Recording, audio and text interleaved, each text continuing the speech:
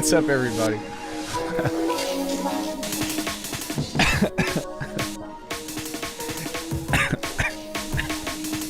My boys. What's up? Hey guys, my name's Alckemy. Welcome to the channel. We're gonna be trying not to die and just focusing on some sound design today. What's up, CPK? What up? I'm good, man. I'm feeling really good about this remix. Let me turn the music down a bit. Aiden's not here yet, but dude, this was like, I'm not gonna lie, I think that this is my favorite song I've ever made. Like, it's, maybe should I play it before he gets in here? Maybe I'll do that, because that way, I don't know, it's weird, he's a judge, and I don't want him to, never mind, he came in to see it. So anyways, yeah, this remix, I want to talk about it first, because the initial plan was for Cage to come on. No, what I'm going to play for you here in a second, the remix. But yeah, we were initially going to have him come on and like just come and chat about the remix and about that track and all that other stuff. But I think that what we're going to do is he's just going to come on at some point. I don't know whenever he's ready, and we're just going to chat and just kind of kick it. I think he's working on a set for tomorrow. So we're not going to be talking about anything production wise, but I think we're just going to hang out and just laugh and fuck off. And then I'll communicate through chat with what's going on, and he'll just be available. If you all don't know Cage, Aiden is he's becoming I've always held him in a very high regard, but he has shown me so many things that has like changed my entire approach to production. And it's always an honor to have him on the channel because of how much like him and Zane and Chi have like influenced this channel. And I feel like the kind of stuff that I've come up with have been facilitated through a lot of the things that I've, discussed with them previously. And we always end up going off the deep end into some really cool stuff. We are going to be doing some sound design today, just so that way we're not sitting in silence together. But I'm hoping that today, happy Friday, we're just going to kick it. And that's kind of the plan, and just kind of enjoy all that stuff. I will be doing a couple of advertisements. One, obviously, if you like my stuff, check out alchemy.com.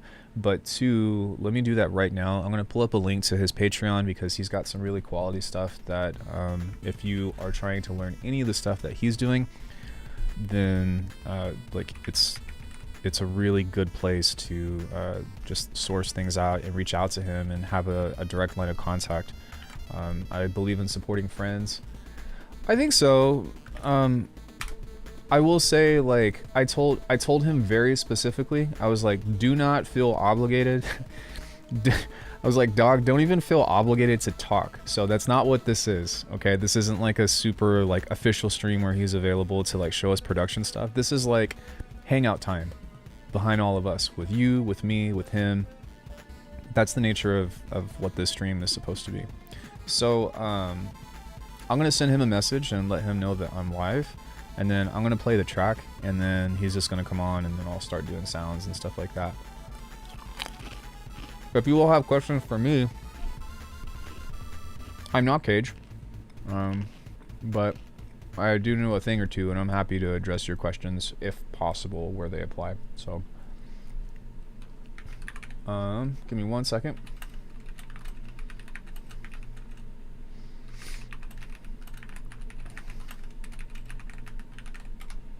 All right, so I'm gonna play this tune. This is what I was working on. It's like 90% done as far as an arrangement means, but yeah, dude, like this is the best, in my opinion. This is the best tune I've ever written.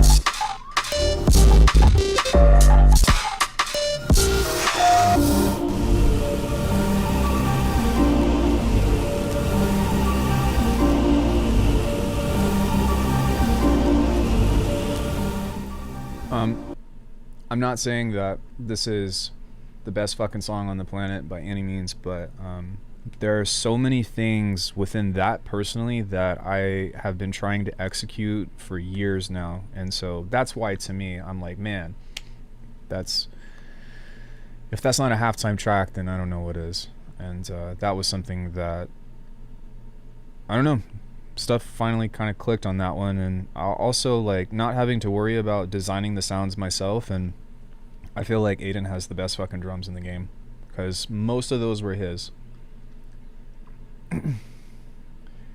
yeah it's and all the music stuff, most of the music stuff anyways, like I wrote the middle section that had the respace thing, but everything else was all his, pretty much his melody. So which is weird because I feel like that's we were joking about this earlier, but I feel like that was like one of his like happiest tunes that he's made, but it's almost kind of one of those things of like somber happiness, you know. And for me, I kind of wanted it to like be on the opposite side of the coin, to where it was like the sadder side of bittersweet. I don't know if that makes sense or not. Like not completely desolate, but that like fucking feeling of emptiness, of like what's the point, nihilistic, I guess. And I think that I did what I was going for. Obviously the mix is not pristine, but also like I don't know how to mix this track, because like his original song Merrick or Maroc, I don't know what it's called, is very blasted, I think is the best way to describe that. And it's kind of funny that it's like so blasted that it has its own charm, but as a means of putting it into a different kind of mix for a different context, I don't even know where to start to try to correct that. So I just focused on vibe 100%. And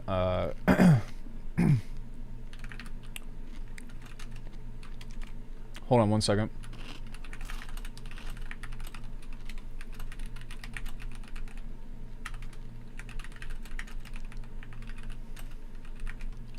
Oh shit. Not only... No, Merrick means... it's different. It's different. I'll explain it in just a bit.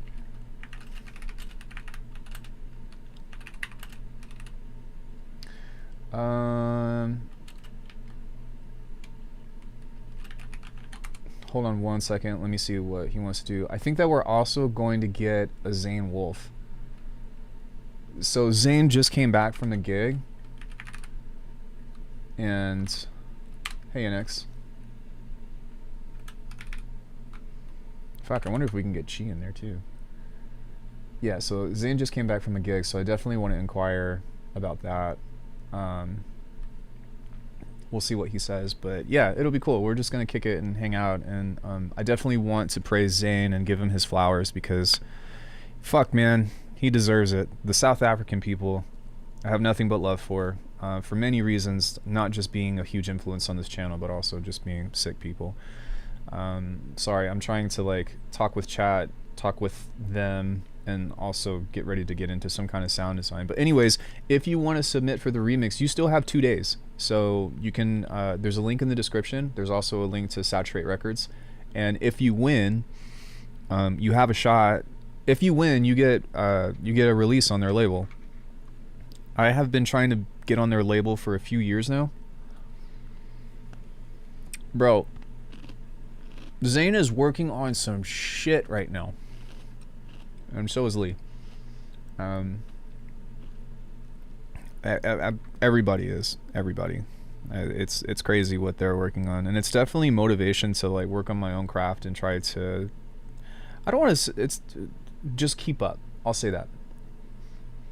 So, if he wants to play anything, or if Aiden wants to play anything, I'm not going to ask them to, but I'll offer or leave that door open.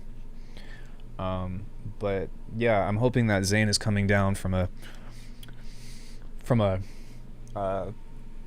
vibe high, and I hope that his set went well.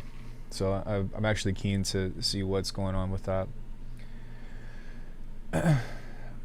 Like, I still bug out that he's around here, so right? For real, like, dude.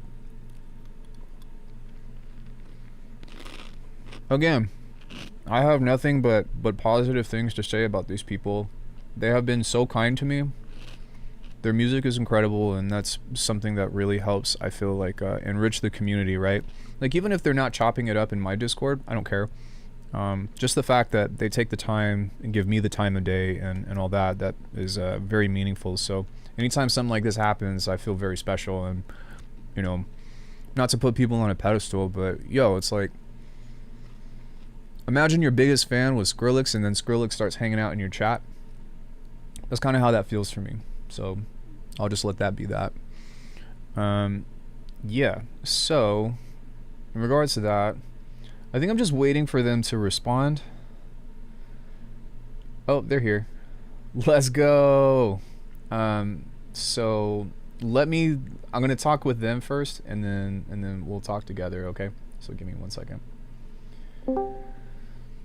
Hello. Hello. What's up, man?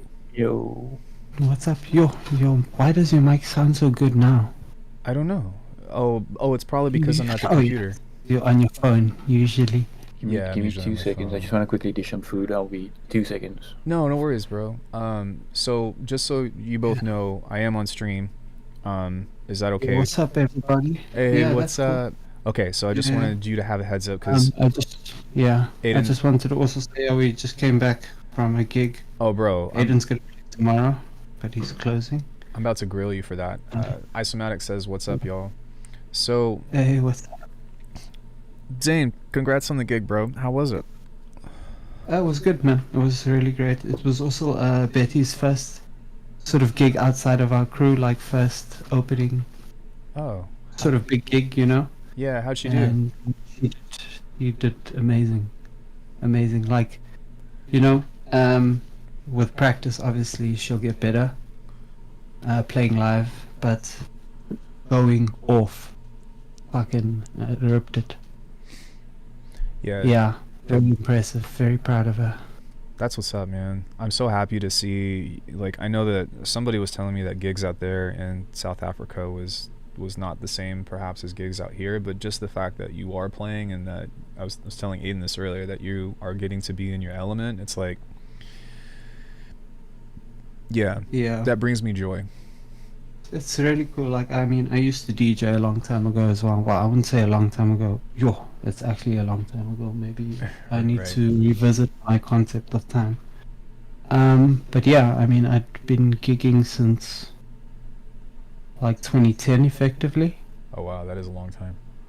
playing music until like 2018, 2019. And then I didn't really play gigs. Obviously, the pandemic, no one played gigs. But by then, already, we had kind of started turning down gigs because sort of the market was, I would say, shifting towards more like house music and more like music for entertainment purpose, not particularly going out to, go. Hear music, yeah. Yeah, music becomes sort of a secondary thing, and it's obviously the explosion of like techno and house music, which has always been the big part of South Africa's music diaspora in terms of diaspora. Sorry, my bad. In terms of like electronic music, house music is essentially. I'm still very much convinced house music is a South African thing. But yeah, I'm not gonna diss America and American, I think it's fine to the say, influence of yeah, American music. But I mean, we've sort of taken that and it's sort of ingrained in our identities to the way we make house music. There's that house song, I can't remember who it's by, where in the beginning, well, it there says was that Jack, yeah, it began in Africa. right. Yeah. I- Just give me a second. I just want to put on my hoodie. No, you're fine, bro.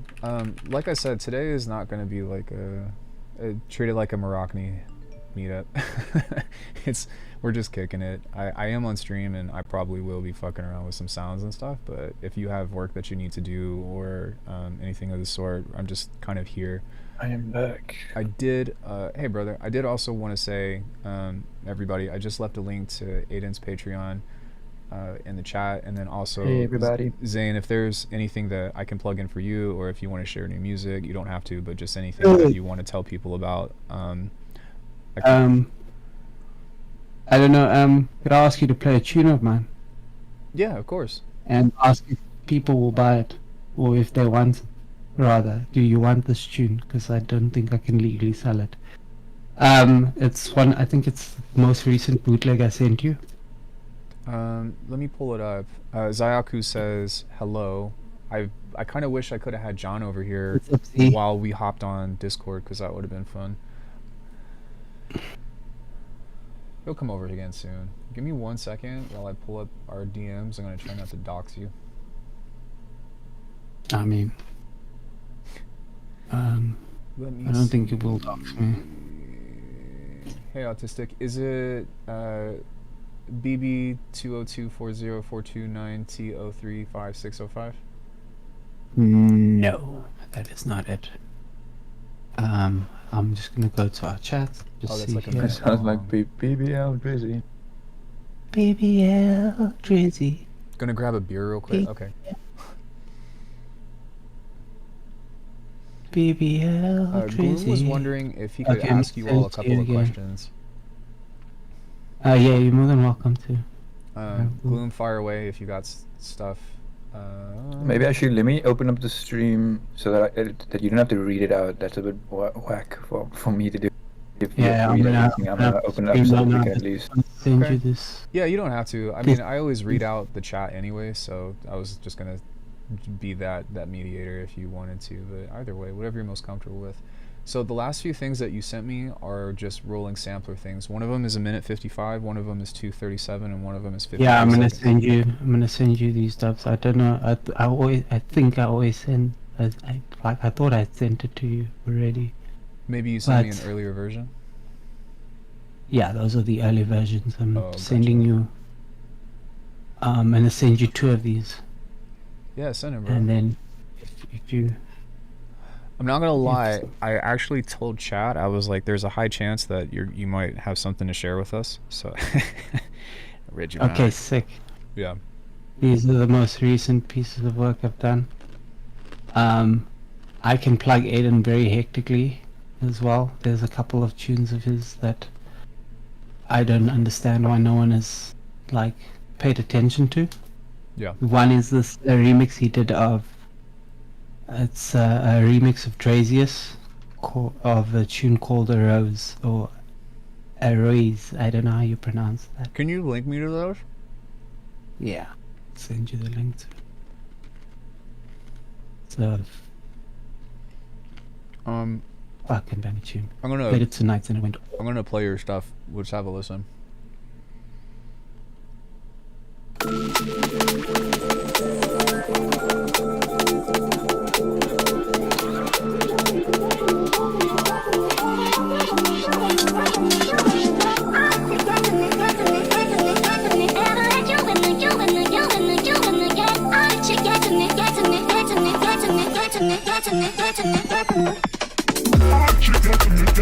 You updated it, didn't you? I just made it playable. I haven't played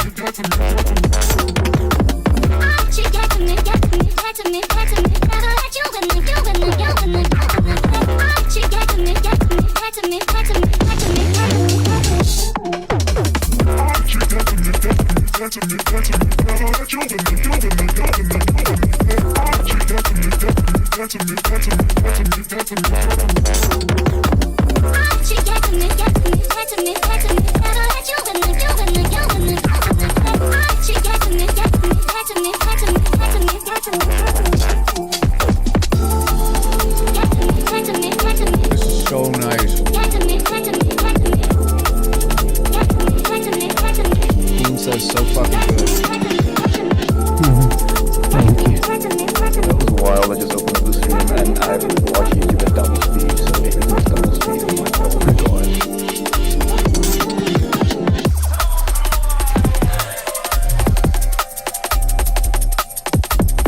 There's something wrong with me while I'm not watching YouTube at double speed. That's a bit wild. This is you doing the tutorials or Yeah, I feel like I can't take in information too slowly. It has to be quick.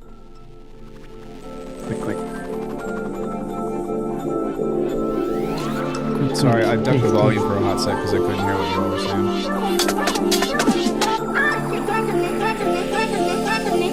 because Aiden watches YouTube videos at double speed. Oh, yeah. That's an editing thing, though, yeah?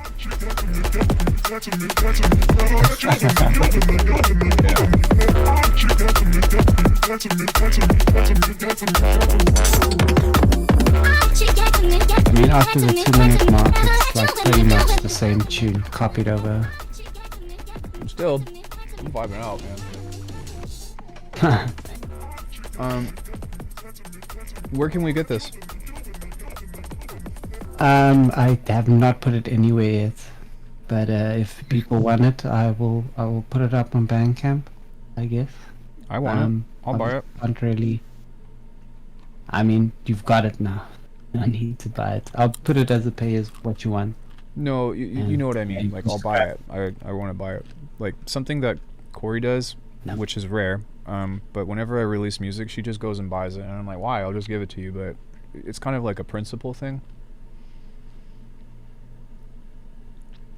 Zayaku Thank you. I appreciate it. Yeah, Of I course. get that. Zayaku says, do it, damn it. And Gloom says, take my fucking money. So, put it up. Okay, yeah. Big up. Thanks, guys. But just know you heard it here first, worldwide. Do like a extended or work on it some more. And then the other one, I'm not gonna work on that some more. But if I should, then I will. But yeah. The mallet changes? Yeah. yeah, I'm gonna run that one. yeah. Thank you.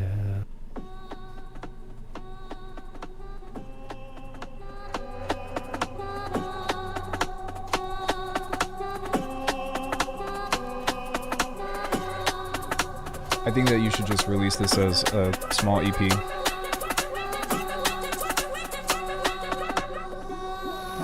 The thing is, they all bootlegs, so it's like not legally my tunes. Surreal God gets away with that somehow. I mean, he's like kind of samples, but I mean, he flips like kind of obscure things.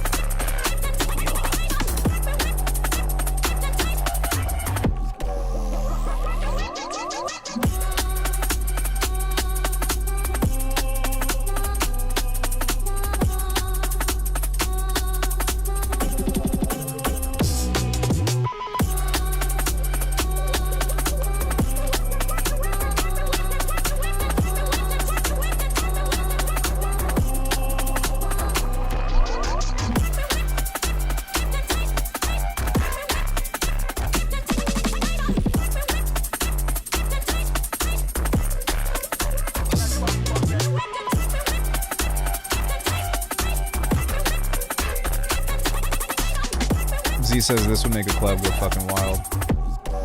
Yeah, I'm checking out the stream. see what it's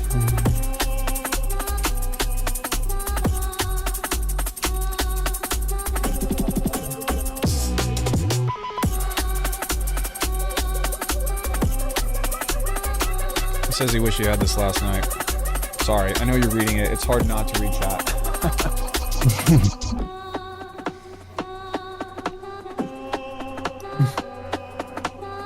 It's like so ingrained with like just part of like how I go live and stuff. So. Yeah. The new meta is that even when you ask yourself a question, it's like, chat, are we crazy?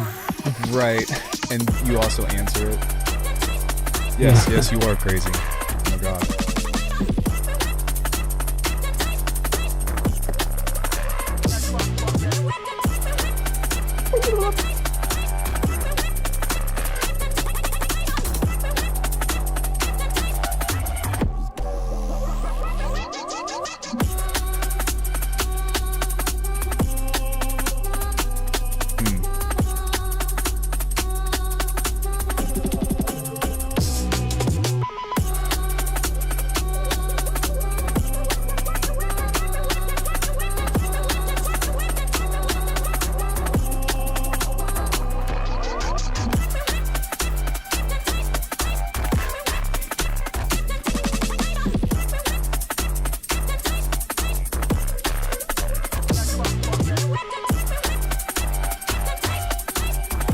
Hey Aiden, you like my side chaining on this?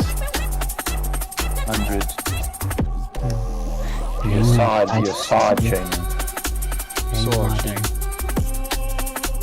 I just use that the Oh RMSC. shit. Mm-hmm. It's free and it does the thing.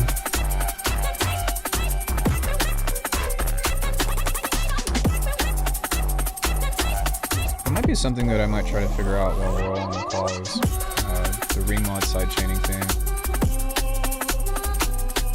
There's a tool for Birdwig that's I think Polarity made that does the ring mod sidechain. You can also just route it to the if you've got the kilohertz ring mod and then you can sidechain input in that. But sometimes you can. Yeah, because you could just do audio in, right? But I wasn't sure if there was an extra step because some people were going through this whole like process of sending it through the grid and this and that, and I'm like, wait, why don't you just? I don't know. I'll look into it though.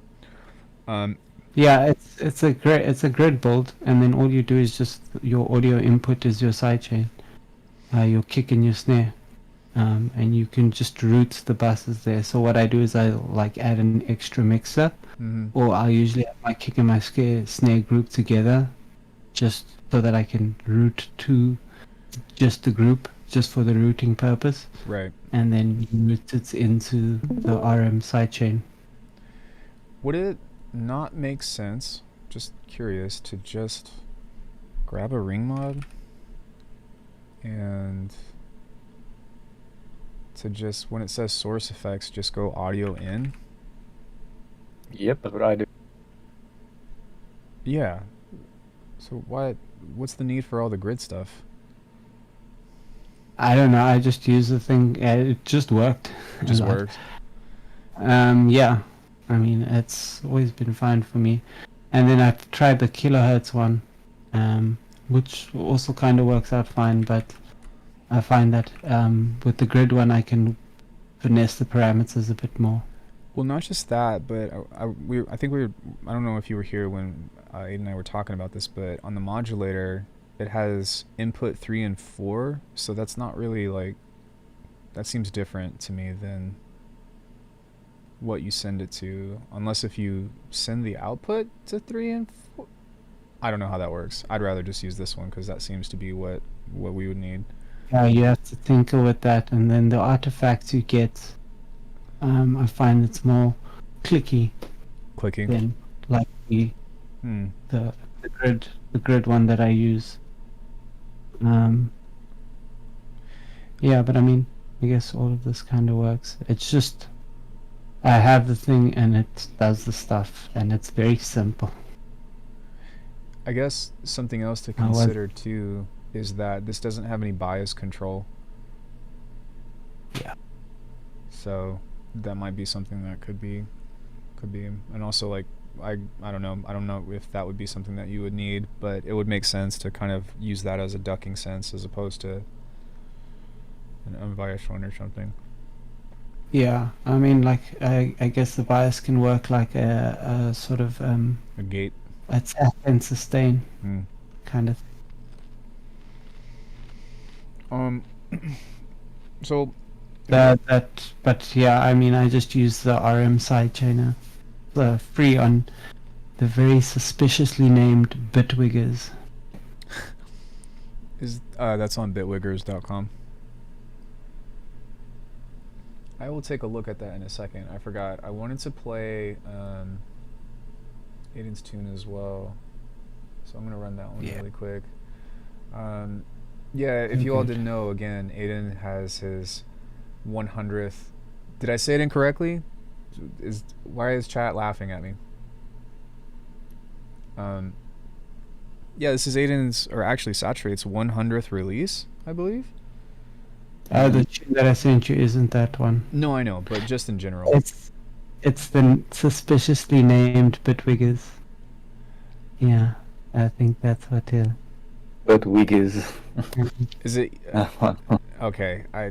I'm gonna stop because I don't want to teeter on territory that I have no business talking in.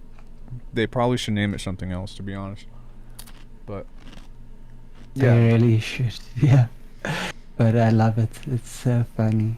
You kind of catch people with that shit. It's Jeez. hold on. Let me gain my thoughts really quick. Okay, so Aiden's recently is it Murak or is it Merrick? I think Morocco is fine. So Maroc is Saturate's 100th release, and then I played Yeah. a tune before you all got in of where I'm at with that. I believe that Aiden and Zane are judging, so you can't hit them up and ask them questions on how to win, but they do have some clear rules in the Saturate Discord to where you all can do all that kind of stuff. I have some general questions later if you're okay with me asking that is more philosophical than anything. yeah. But yeah, that's going to be going on Sunday. I think the deadline is 1 p.m. Pacific Standard Time, if I'm not mistaken. No, Yeah. that's when the stream happens. It's 1 a.m. Oh. Pacific Standard Time that the remix is due. So the remix is 10 due tomorrow night. Gotcha. Well, Tomorrow morning. I guess Saturday at 1. Wait, is it Saturday at 1 a.m. or is it Sunday at 1? Sunday at 1. Sunday at 1 a.m. Tomorrow this time. Okay. Also, they're in South Africa, so it's already morning time where they are. It's 4:30 2 p.m. or it's 5 p.m. So I'm a little confused. I apologize. Z says, I actually had a question on how you made that main synth. Let me play his tune first, and then we can pester him about stuff like that. But yeah, we can go into that kind of stuff later. It's really hard to not have you here, both of you here, and ask production questions because you all know so much. But yeah. Sure. Yes, tomorrow I get off work and then try to make the changes I need for the remix. Yeah, I'm curious to see how. Dude, do you want to come by tomorrow, perhaps, Z? And maybe we could just talk about each other's things. Not like that, but you know what I mean. Hey. All right. talk about I each feel other's like this work. never happens on your stream, and the moment we get here, it's happening. Look, I apologize. what? I'm off at 6 p.m. That's okay. Let me see what Corey is doing tomorrow. We'll keep in touch. So Z is like technically my neighbor, so I'm gonna be seeing a lot more of him, which I thought was really cool. He actually showed up to the show that I did, the one show that I did, and he was like, "Yeah, I make music," and then like I see his name on a Saturate release, and I'm like, "What the fuck?" Because I had never even heard of him until so. Yeah, he's literally 8 minutes down the street. So, all right, let me play this tune out, and then let's talk about that, and then I'll ask you a couple of questions.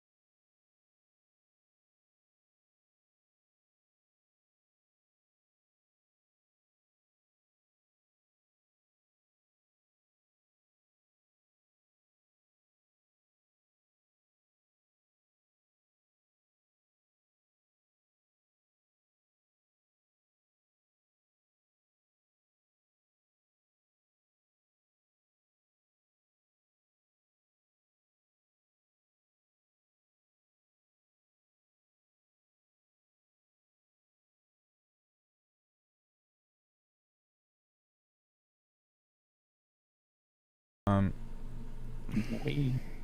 let me ask you both a question. Are you both still available for lessons? Yep. Yes. Did you say? I couldn't hear you, Aiden. I'm so sorry. No, it's all good. I was just saying yes, but like, yes, yes. Oh yes. Okay, so Yeah. let me just say this.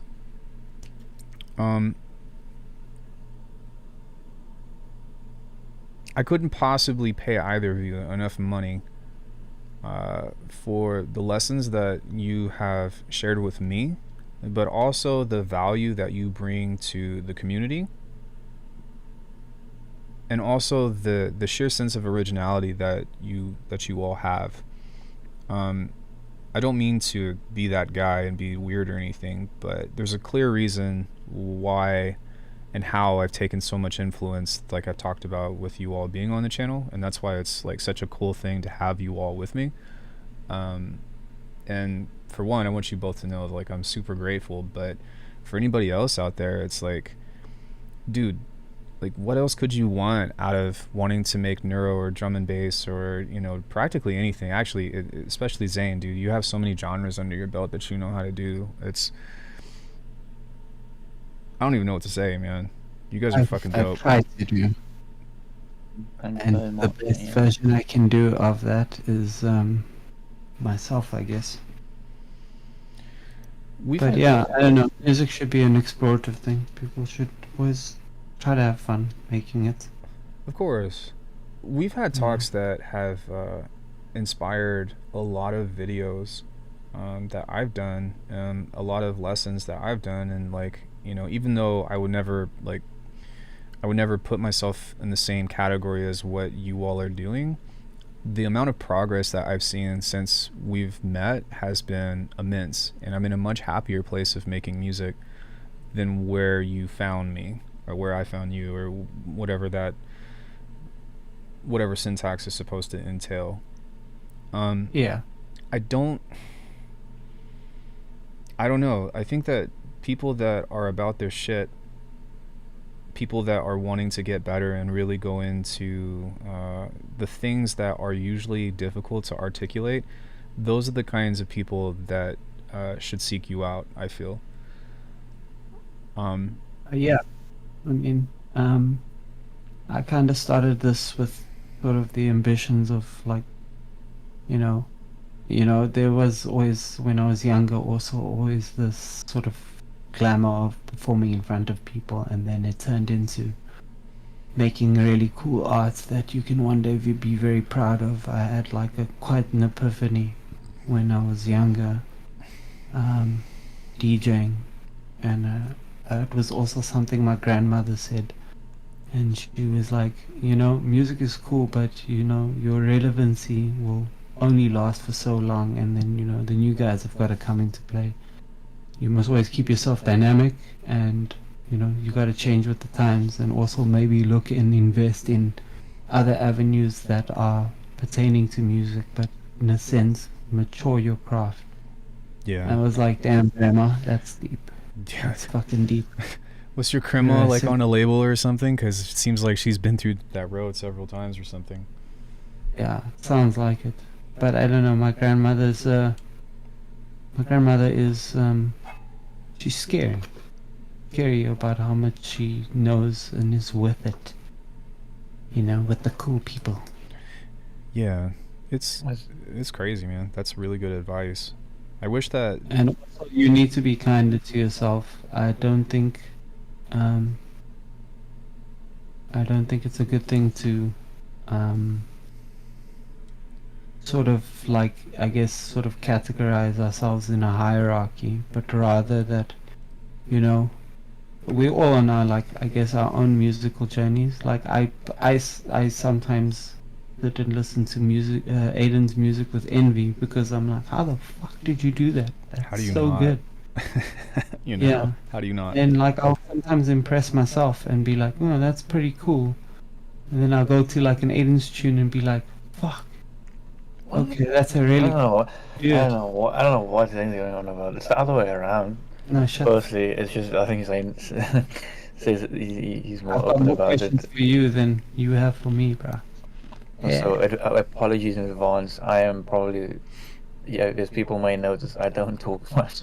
No, and that's totally okay. And I think that we talked about that on the Discord. I was like, hey, don't feel like you need to like be saying shit all the time and stuff. And but if people have questions, I'll definitely answer. Like, I know there was one like question. I quickly opened the project file about the lead. Oh, did you? If that's something I want, I can quickly talk about it. Like, yeah, let me hop it's in. 1.0 patch. Shameless plug. I will break down the project at some point and put it on my Patreon. Like I will. I do want to ask you about that here in a Yeah. little bit. There's you guys brought up so much shit that I'm like trying to keep up. Is your stream open? Let me see. I think let mine me is at the quick- moment, but I don't see yours. I mean, this screen. That's okay. Or I don't know if you can see the audio. Or... Yeah, it's fine. I think that just kind of doing this. Somebody in Discord, holy shit! Somebody in Discord was also asking about whether or not, like, for your melody, if you used like Beam or Granulator or something, or because you know how it kind of has like that granular chop or something. Somebody was like, "Oh, how did you do that?" Ah. Yeah, how did you do that? Basically that, yeah. You fucking. Let me try and think. Yeah, I'll do a proper breakdown, but like in my brain, shout out to Vista. I had a chat with Vista, awesome producer, and Vista was just explaining how, like, with his style of production, he doesn't always like sidechain and just like kind of distorts everything and like kind of not flume completely, but it's very that kind of aesthetic of like distorted beats. So Having the kick literally punch in the yeah, beats. So I literally after that call, I wrote this thing. Fun fact with the glitches and stuff, this was the first melody that I came up with. Sounds whack, but like it's weird. I don't know, that's allowed. Hell yeah.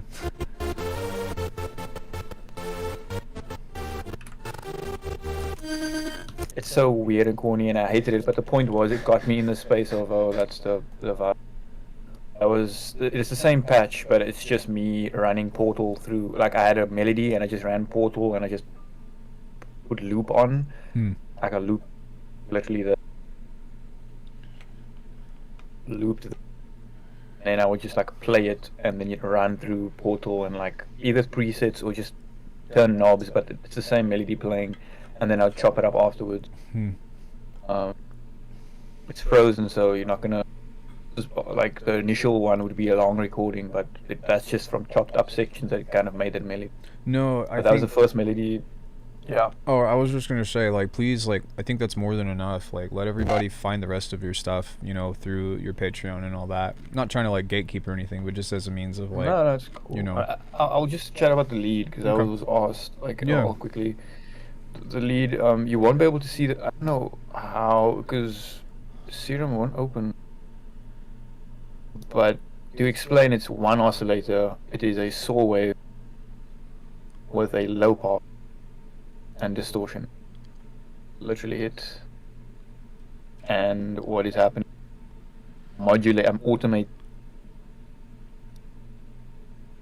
parameters all over the place. Just automating them. Each note. Another cool trick is using expression control. It's just for everything, and then increment is basically each note I play. You will see like it goes in increments, so the higher notes, it's connected to the chain volume of this layer, which is a hybrid reverb with some noise ring modulation. It's like that noise filter. So you'll hear. Yeah, that's that. That's that layer, but the layer doesn't come in constantly. Physical sound. Only comes in certain, yeah.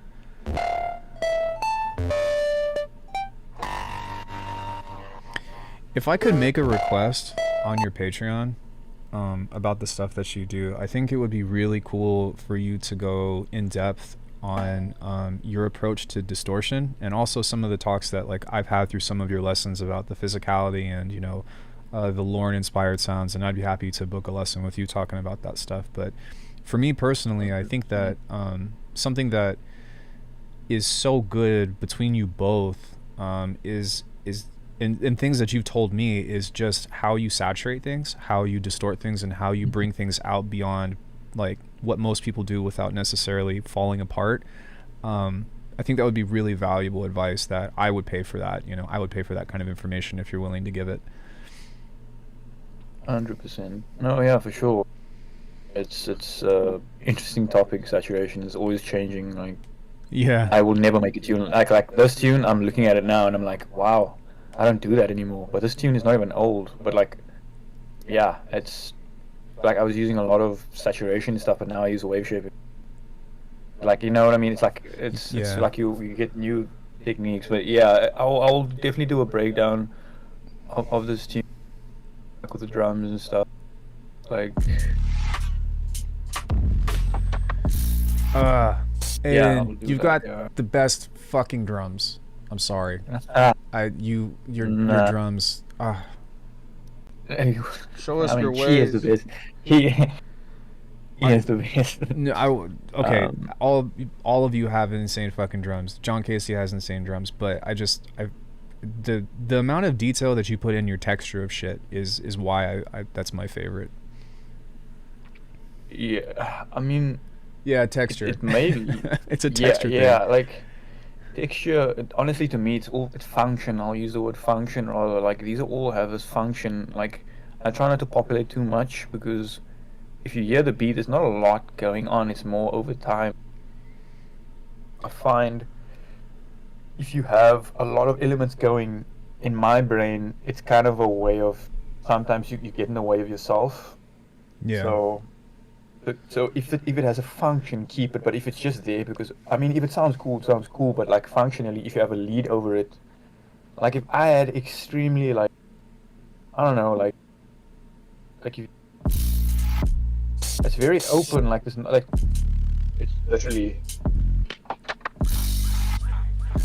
So, if I may, and if you are down to talk about this, because this is something that you both have talked with me about several times about spacing and about silence is golden and stuff. And there's Sorry. no, you're fine. There's this, and that's it. There's this natural progression of the first thing that you all had talked to me about, and even I feel, Zane, did we talk about this the other day? We were having this discussion about groove and about how, for one, silence is golden, but my progress path, I guess, and again, this is like the number one thing is don't overthink shit. All that applies, but just as a matter of how I figured all this shit out. Or Shout out Kenny Beats. what do you say? Shout out Kenny Beats. Thoughts. Don't overthink shit. Oh, I thought that was a Chi thing, but No. oh, I had no idea. Don't overthink shit is Kenny Beats. Yeah. No, shout out Kenny Beats. It's great advice. But so when Aiden was first teaching me this whole thing about halftime and stuff, we talked about rhythm and we talked about groove. And then Zane, you and I have had several subsequent conversations about that aspect and about vibe. And I think that if somebody has the intention on establishing a groove, especially starting with percussion and stuff, and I suspect that you all have different and more evolved ways of doing this now anyways, but it's very easy to do exactly what you were just saying not to do, of overproducing the drums and having too many elements, because in theory, if you have a lot of rhythmic elements, then it's a lot easier to place things over, but in that midst, I think that's what you're talking about with getting lost. So there's this aspect of refinement, of that openness that you talk about, and confidence that you can hold the groove without having to like handhold the listener with a hi-hat thing or something. Does that kind of feel like that aligns with what you're talking about? Aiden? Yes, I'm thinking of an answer. It's totally I'm cool. not the greatest with words. Sorry, 'cause I feel like I ramble. Like when it comes to groove and like everything you mentioned is 100% correct. Groove is a funny thing because I feel like I have a oppositely. What's the word? My brain goes against groove because I think too hard. Where some people it becomes natural, but over time I've figured it out kind of a thing, and I know you have as well, Ian. And Zane probably can say the same, that you can kind of figure out what the groove is and what you want. But groove, I was speaking to Betty Box Kitty about this groove, musicality, i.e. harmony, and I don't think of the third one, but it's like groove, musicality, and I mean timing is groove, but it's groove, musicality, and I guess I don't know what the third one is, but basically Groove goes with timing and rhythm. it's all the same. It's like rhythm, it's all the music same, balance, but it's pitch. different medium. Repetition, right? Yeah, Perhaps. it's literally all. It's exactly the same, but it's over a different medium. And I'm talking absolute gibberish because I'm not a what the word is, musioso, or whatever the word is. Yeah. As you can see, I'm not the greatest with words. No, you're fine, bro. But yeah, like just to kind of put in perspective, groove is how you can tell essentially it's the placement of things essentially, because whether something's too close or something's too far, that's essentially my brain what groove is. And what you're saying about placement, and if you have a really if you can figure out groove, i.e. placement, you can figure out, for example, I have my kick here and my snare here, so what's between those two? Space. So you can either fill it with something or not. And that's another conversation where space is almost more important than groove, because the less you have, the more time between sounds, and your brain can only comprehend. So many I use this sounds at rule once. of like three sounds at a time. Right. Like there can be 100 things going on, but your brain will remember those three elements. That's why Skrillex is so famous, because if you hear in his newer stuff, it's literally three sounds at a time, Yeah. often, or Hamdi, or these guys. So yeah, No, it's I don't know if you remember this conversation or not, Zane, but back in like 2022, I was like, hey, I think it was when you came on the channel, and I was like, yo, how many elements do you need to like establish a groove? And we had an open conversation about that, and it always comes down to it depends. But I think that like all of this stuff, which is really cool, goes back into composition beyond the sounds. It's not even about the sounds anymore, although I love your sounds from both of you, but it's that placement, as you say, and that intention behind trying to create a push and pull, is what I like to call it, of there's so many boundaries that you all break with that kind of stuff, and I think that's why I'm gravitated towards your music so much, because it's not just swing, and it's not just like, yo, a bar repeats in time, and so you can put whatever you want in between it. Like there's this very intentional, maybe it's not intentional, but it comes off as intentional relationship that you have behind the timing of when you phrase something versus when you meet that phrase with either like a drum response or something of the sort. And I think that one of the biggest things that I got from you all was to like actually stop starting a project with the kick and snare. And I'm not saying that's gospel or that you shouldn't do it, but understanding about how that kind of conforms your mind to make the track around the kick and snare relationship, as opposed to other elements that could be a bigger theme. Yeah, yeah. I feel you on that. That's essentially like with that Marak tune. I didn't start with the drums. I made the melody first, and it's a love-hate relationship with those kind of beats, because my favorite kind of beats is the beats where I call them 2-bar beats, where it's literally the same kick pattern for 2 bars, like repeated. Yeah. But it's like, in halftime, like, but that's amazing. Like I love that. Like that to me is so cool. Like I love that. Like it has that groove, and it's tribal almost. That's the word I'll use. It's tribal. So, but at the same time, like if you write a melody first, doing those kind of tribal beats or like tribal grooves don't always work, because you kind of want to like the same thing I was talking about with notes and timing. You want to almost emphasize certain notes. Like I'll put the example again of Marak. It goes that dun dun dun dun dun dun. That last note is so important, so I have to have a kick or a snare on that note. So that's why I made the beat that way. I wrote around the timing of the notes to emphasize things, and that's groove theory in my opinion. It's the emphasis of something. Yeah. And those and what you emphasize. Sorry to You're just fine. to You're fine. finish it off. What to emphasize, like if that you get the in between sounds or whatever, but those emphasis points, that revolves around that 3 sound theory that I was talking about. Like 3 sounds get played at the same time. Your brain if sounds get played, your brain will comprehend 3 of them at a time mostly. That's the rule I have, and those 3 sounds are what dictates where the groove goes, whether that's vocals, whether that's drums, whether that's lead sounds, whatever it is in my brain while I'm writing music. If I find those elements, if I find, this lead sound and this note is what's so important, I'm going to write my groove around that, because that's the one sound, then I need another sound, and then another sound. But that's a whole other conversation. But yeah, that's, No, I it's guess, all a good. philosophical thing. No, no. See, this is why I wanted you to come on the channel, because I knew that we were going to get into something like this at some point. And I like these conversations, and I want to tell you thank you so much for even being here, because I feel like we have our talks often on Discord and stuff that I'm like, man, people should know about some of this stuff.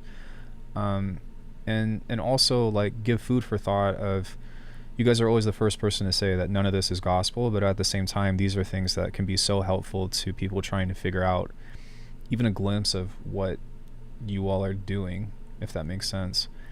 Zane, did you have any thoughts on that either before I ask another question?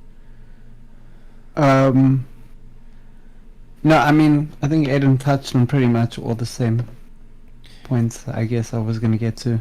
Yeah. Yeah, like finding groove.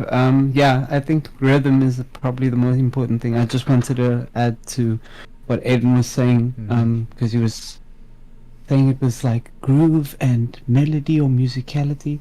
Composition, groove is rhythm, and then musicality Is harmony. and I think Yeah. musicality relies on harmony and all that jazz. If you want to be really nitty and gritty, then melody can also be rhythm, but that's a whole different. That's a whole different thing.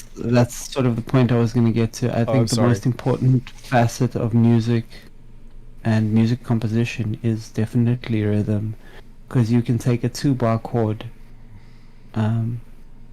a two-bar chord progression, and turn that into a full song. Like Neo Soul is a lot like that, but it relies heavily on groove and bouncing back and forth between the two chords in like a intertwined rhythm, you know? Yeah. And it's mainly because of the rhythm, because I mean, if they played those chords static, it would be boring. But if you put that just funk into it, right? Yeah. And it's like dot dot dot dot dot, then suddenly it becomes almost like something completely new. Sorry, I was just trying to chime in, not interrupt you. I apologize, but like funk is purposefully like simple in its musicality, because it's like trying to be opposed. It's trying to break away from the very virtuoso jazz sound and sort of make it simple. Yeah. Just break it down and making it simple. It's so... You'll often find the bass lines in like jazz are fairly fucking simple. It's how they play them and the rhythm that starts making... And not in jazz, I mean in funk. In funk, yeah. Yeah, but it's how they play them. If I can quickly also say on what Zane's saying, like an exercise on that, because the theory behind what Zane's saying, an exercise that I found that is very interesting. There's a video that Jacob Collier has on YouTube where he plays the same song, but I think in 15 different emotions, and it's the same song. With Herbie Hancock, right?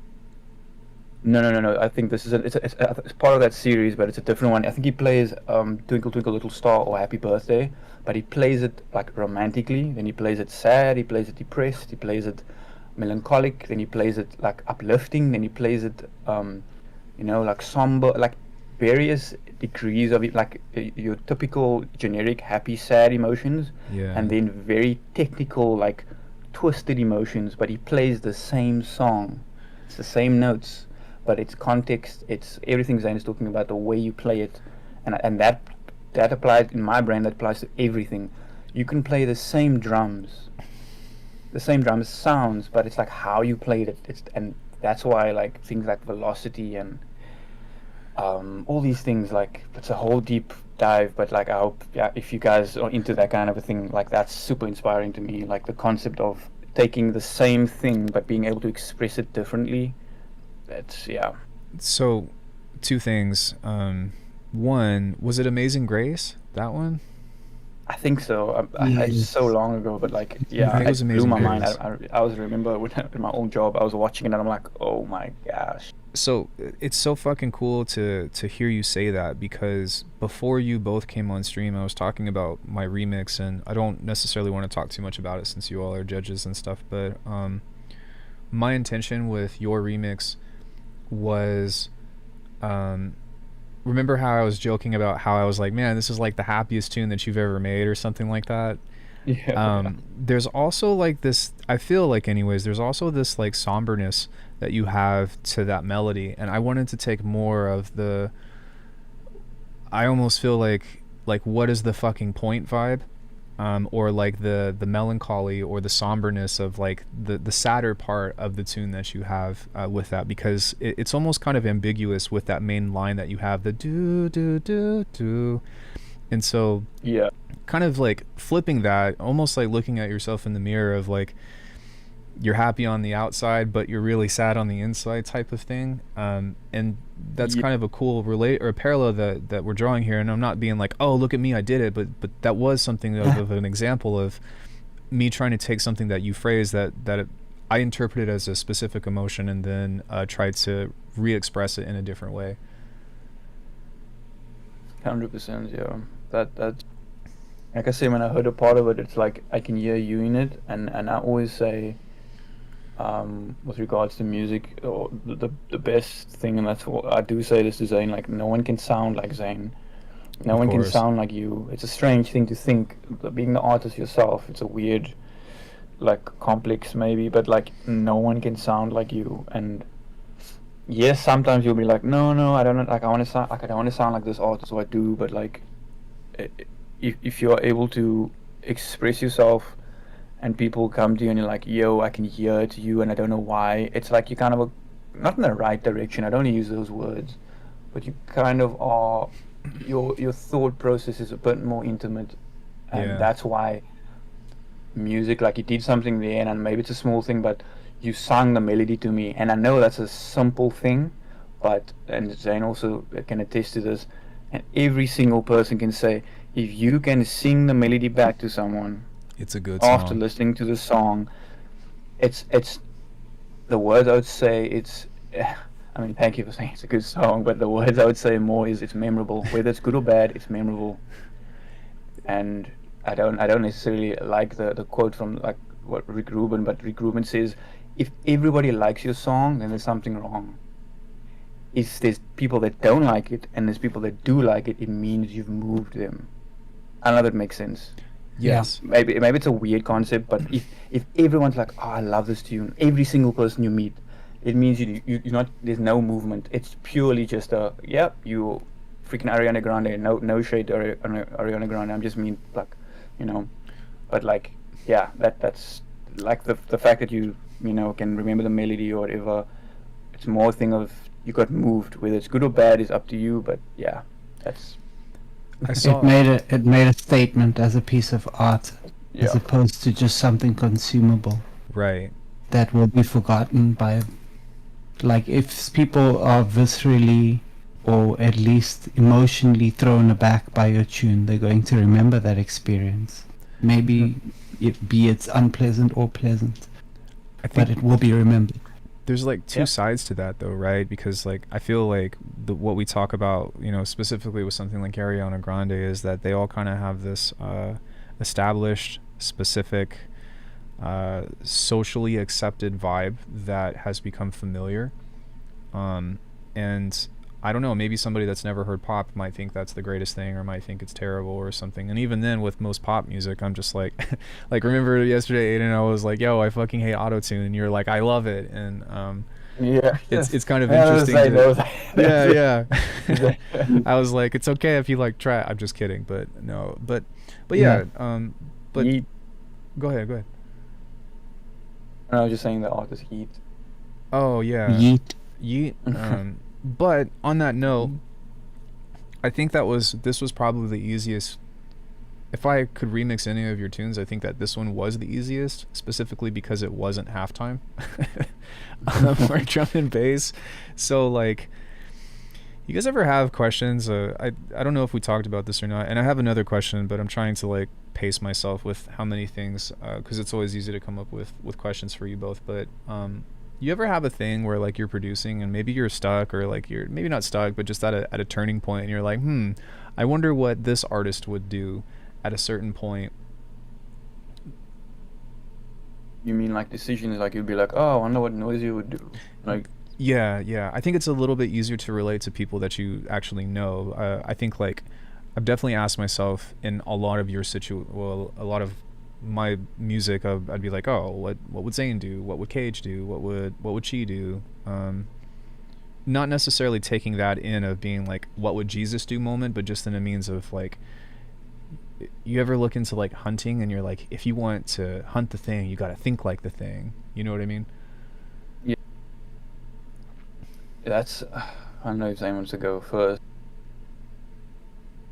Sorry, someone hit me up and just distracted me there for a second. I caught the first bit of your question. Sorry, You're fine, what brother. was the question? I guess it was kind of it's an inconsequential question, but I was wondering if like at any stages of your production, and maybe you're working on something that kind of has a familiar vibe of someone you know, you ever like ask yourself like, what would that person do, or like, what would they do in a situation like this? Really. I think also Aiden would attest to this better than me, because he would say, I think I can actually predict what he's gonna say. He would say something like, "Fuck, this sounds too much like this person. I gotta Yep. throw me Yeah. the tune. It's over." Yeah. Yeah, I know that we've done that a few times, but it's still inherent though, right? I mean, I like in the beginning stages, maybe I'm following a tutorial or trying to figure out what they would do. That's the. But Yeah. um, most of the time when I'm executing things, I'm executing them because I think this is what I've decided works for the tune. Like, I never really think of what the producer was thinking, but I try to figure out for myself what was going on there. Yeah.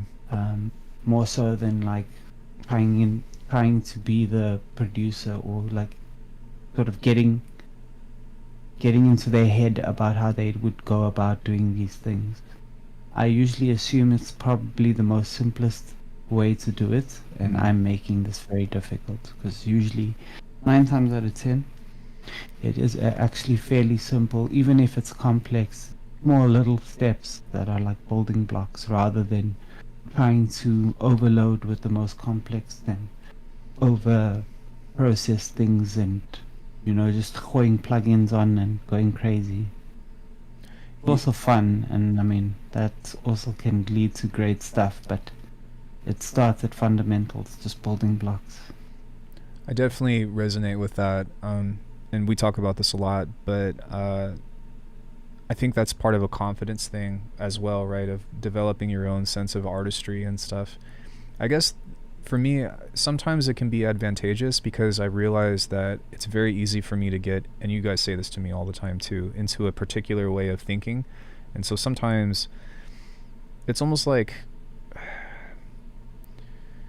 I guess it relates a lot more to martial arts and stuff, because it helps me find the answer about, or it helps me guide when I'm like, he would probably do this. And then I ask myself a few questions of like, is it simple? Is it efficient? Is it the, blah, blah, blah. And then I'm able to kind of like make that correction myself, but also through a means of like, how do I say this? The most valuable thing that I got from you both is approach. And I realized that for years, whenever I was producing, my approach that I was trying to shoehorn was not the right way. There are some flips that I'm trying to do right now at the gym, and I'm physically apt to be able to complete them. And there are things that used to be easy, but the approach that I'm using right now is not working, because I'm like very like one-dimensionally tunnel vision. And so sometimes, maybe not all the time, I think that it's important to make sure that you have your own sense of identity to make those decisions and be confident. At other times, I guess I'm not saying that you should, but it has been helpful for me to kind of put those parameters in. And in this case, with the remix that I did, from what you both listened to, the beat that came out itself is something that I'm actually like the most proud of. And there are little like specific details in there, but it also kind of helped me see the bigger picture about being like, oh my gosh, this is how you guys figure this shit out. I had another epiphany moment when we all did that lesson with Chi. It was like, oh, this is how he does it, and it totally like, shifted my world upside down. Yeah, like I mean, to answer from my perspective what Zane said, yeah, I have a weird relationship with that, in that at the moment it starts sounding like an artist, I have an existential crisis, and I'm like, oh, I can see this sounds like this, oh, this sounds like that. Yeah, I know. And I've I've somewhat learned to actually take it on the chin and like almost breathe into that, in that if I'm making a beat and it sounds a lot like this artist, I try and not rip it off, but like go into it as deep as possible, because at the end of the day I can never make it. I'm not going to use the word as good or bad. I can never make it sound like them. Like those yes, there's people. similarities, but it's impossible. I don't make the decisions they do. Of course, there's going to be similarities here and there, and that's where the beauty comes in. Where the more you do it, the more you'll learn. Yeah. And you just kind of like take that and make it an amalgamation of things, and that's where the beat a day comes in. Like if you're doing a beat a day, you're bound to sound like a lot of the artists you are listening to. And speaking of that, a big tip that helps with if you feel bad about like, oh, I'm making something that sounds like this artist, a big thing that I've done is I don't listen to those artists. I indefinitely don't listen to a lot of electronic music except my friends, but like I just listen to completely different music.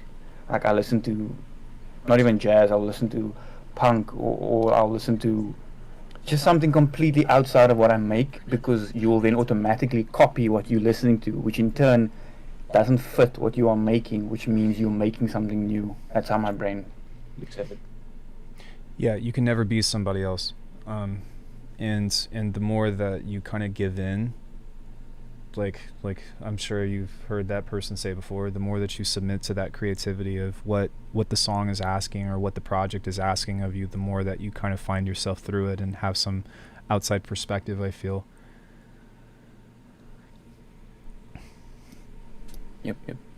And on that note, I think that maybe that's kind of what I was trying to say, and just leaning into that kind of thing, because if it's like, oh, it kind of sounds like this, and you entertain that idea, sometimes you are able to kind of draw those connections of, oh, okay, well, that's how that worked out. Like you were just telling me about Vesta, that you have been having conversations with and stuff. And of course, you're not trying to make music like Vesta, but there's certain aspects of inspiration that even you were saying that you took in, and you're able to kind of be like, well, here's how I can take a piece of this and incorporate it and express it myself in a way that makes sense in the musical sense of Cage, right? Yeah. Like if I was to put into like a practical thing of, I know maybe someone will look and be like, I don't understand what they mean, or what I can say is, after that call, like I was listening into what he was saying, and the way it's more, again, not what he was saying, but why he was saying what he was saying. Like he would be like, with a kick, like having the 808 going against the kick and distorting it, and it's like, I know these kind of things, but it's like, then I started listening to a lot of other artists. I'm like, this is exactly what they're doing, and it makes so much sense. And then you were speaking about like just the mentality of the production. It's so, and I don't like to use the word, it's going to sound horrible if I say naive, but it's like innocent. That's a better word, innocent. And I love that because they're doing the completely quote unquote wrong thing, and that is curating innovation. And to me, that's something that I often like getting in my head. I'll lose that. I'll be like, oh, the snare sometimes needs to be, like this kind of thing, which is good. I love doing that kind of stuff. It helps me get an edge on certain sounds and stuff. But like sometimes just throwing in sounds that you don't really care about and making art is what you need. And at that point, that's what I did. I just threw in snares, I threw in kicks, I threw in an 808. I made a quick patch. I just did everything not thinking, and then that's what happened. And I was like, wow, that was Awesome. And your taste curates the shaping of the sound, and that's Yep. what eventually makes it good. And Yeah. taste is something you gain over time. So what is it I that think everybody Yeah. says, you three specifically, to where the song begins to write itself? That's the Yeah. message that I get from that. And to me, I didn't really understand what that meant until I actually started taking a lot of the advice that you all have given me to heart. But like, fuck, man, is that not one of the best feelings in the world? If like you do something like that, to where you kind of relieve yourself of being like, it's got to be this, and you just kind of relax and start to play Yep. with relationships between sounds, and suddenly it takes a direction and you're like, oh, Yep. there it is. Which It's a. no, sorry, go ahead. Oh, I was just gonna say it's a weird thing also when artists start making albums, and then they get this weird sense of perfection. And I get it. Like Zane, it's gonna be the perfect person to talk to about this. It's extremely taxing because now it's this weird space of where you're like, What do I do now? damn, I really want to have fun with it, but like, damn, it's an album. I really want this to be impactful, you know. Right. Yeah. And if it means anything, perfect example is Burial, who wrote Untrue, yeah. in 2 weeks. In 2 weeks, he wrote the whole album for like 3-4 months, and he hated it. So he just said, "I don't care anymore. I'm gonna make this album." Made the album in 2 weeks, threw vinyl over everything because he was scared at how bad it was, and it's become the most, if not iconic. If you're a producer, You know will Burial. have listened to Untrue, you know, Yeah. Burial. So that is a lesson learned right there. Which is insane. Yep. Because we had talked about this earlier, like that last couple of tracks that I did, that I sent to you all, the drum and bass stuff. You know, we were talking about how taxing it could be when you're putting so much energy, I would say, into like a single project, to where there's this dichotomy of the opposite, where you are just making a tune for the sake of making a tune and using things that you're not supposed to use and not trying to get everything right and seeing what happens there. And like, I'll tell you this much, whenever I do what you described, I make a lot more music whenever I am trying to like, and there's a time and place, but whenever I'm actually trying to be like full on intention and moving parts and multiple sections and this and that, like I tend to really have to like be like fuck and slow down, and it gets really intense, and it kind of is very taxing, and that's why I don't really like writing a lot of music like that anymore. I used to find a lot of enjoyment in writing music like that, but it's like, like around about sort of service industry, I was still very heavy into really making in-depth things. And I mean, I think during 2020, Cage also sent me his sort of Odeka like style tune. He was like, listen, I don't know what to do with this. Do you think you could do something with this? And I was like, okay, cool. Yeah, definitely can do something with this. And I mean, I was like, this is already quite a whole tune. And like, I don't know what I'm gonna do to make it different. So I went in and just created this whole thing, and this very elaborate but like very simple sounds. And the idea that I went through with it, like, I mean, if you're gonna do, I was just gonna add, if you're gonna do like elaborate kind of thought out stuff, rather in a weird sense, let it come from the heart, as opposed to Recording to logbook. you know, like, oh, sorry, as opposed to like thinking about it logically and with a precision and this whole thing, because then you kind of taking out the emotion out of it, and you're making this like sort of an academic digestion paper with no real feeling. Like, I mean, a lot of the songs in Macabre, like, it's kind of a similar story of Burial. I was writing music for 4 years prior to the tunes that are now on the Macabre. Some of them are like about 10, 12 years old. Those are mainly just rejected scores that I put onto the album, and they just sort of thematically fit. But most of those songs were like done in like I think the longest song that took me on there what was about a week or two. I can't remember which one it was, but yeah, I mean, obviously with mixing and stuff, I was going back and forth with the album. Yeah. The last tune on the album took me a night to write. I wrote that thing in one night. It's I went to bed in the morning after writing that tune, and that was it's it. really good Same with advice. Love Is Dead. Sorry, bro. Yeah, sorry. No, I was just going to concur that it's really good advice because especially when the track is starting to develop and you're starting to like get invested into it, it's very difficult not to dive into the academia part because you start audiating, you start having this intention about what you want it to become. And I think at that moment, that's where it becomes taxing because you start trying to be like more focused on an execution thing as opposed to just writing from within when that comes to you. I will say I don't think that I personally have any advice on that front about how to balance that out, but I do think that it's really cool and a very important thing to be aware of whenever you are doing quote unquote elaborate tracks like that. Yeah. Like, I mean, the song that we ended up making is Delusions of Grandeur. Yes. And, love that song. yeah. Like, I think we wrote majority of the song within like a couple of like Zoom sessions, and then Aiden just left me with it to fucking fiddle as much as I wanted, and then I sent it back to him and he was like, cool, we should work on this. We didn't work on it for a year, and then the year afterwards. That's a long time. Huh? We did the Kumi stuff.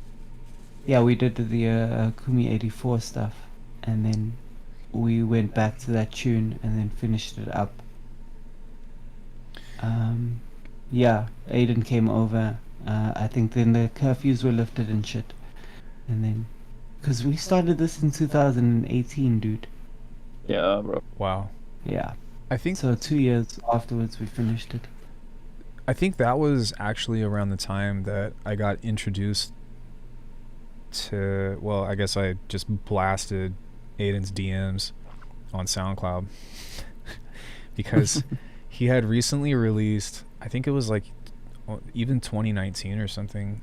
He released, what was it? It wasn't Run. It was, oh my God, what was it? Fucking, it's one of my favorite songs from you. Let me find it. I probably don't even know the name. I'm bad at these things. It's not Uso. It's not Metanoia. Oh my God, what the fuck? It's not Zeppelin. It's, dude, this is killing me. It's one of my favorite songs ever. It's What was it? Sue tried to kill herself. no, I didn't find that stuff until after it. Fuck, dude. Oh my God, I'm having such a brain fart right now. What did you say? Was it a Renraku release? I think so. Niku. It was Niku. Wow. Yeah. I know Those- things, Aiden. It was. Jeez. It was Niku, and that was one of the craziest fucking things that I had ever heard of its time. And I mean, I listened to that song. And I'm like, I don't know what I was doing there. I have no idea. that's exactly It's what so you. strange. It's exactly what you told me the first lesson, because you were like, I wrote that like 2 years ago, and I don't even know. And I was, one of my side questions for you was, have you made anything like that recently? But this fucking song, like, it's so crazy, like, getting to know you as a person versus like the type of person I perceived you as, what this was going to be, like, from like, how fucking dark and evil this is, versus how fucking nice and friendly you are. Not to say that you don't, yeah, anyways, but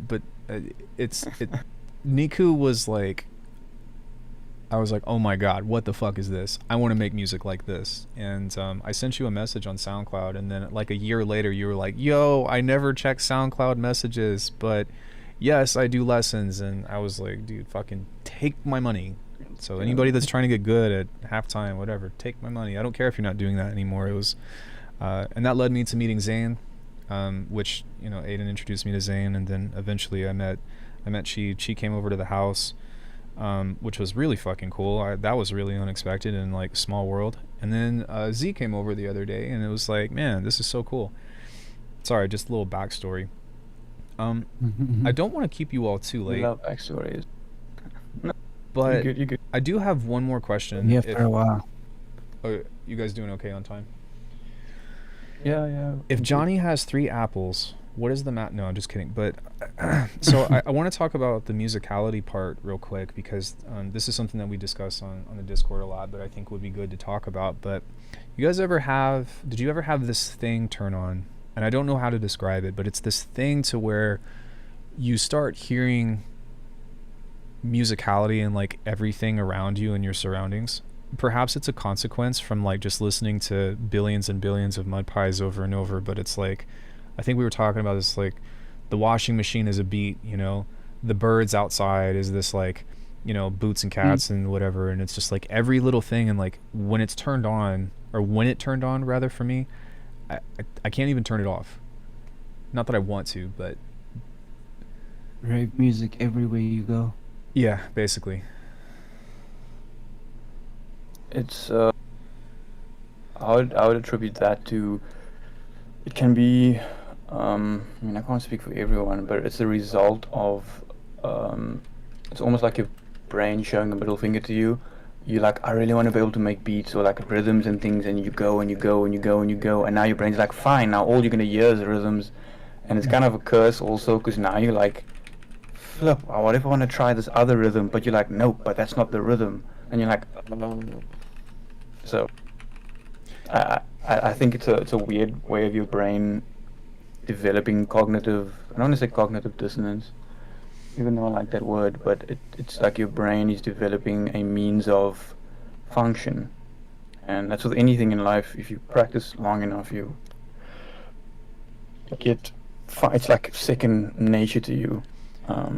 Yeah. It's like that one Instagram video where the guy gets out of the car and goes doot doot, and then someone else does it, and then they're all kind of looking at each other for a bit, and it's like you know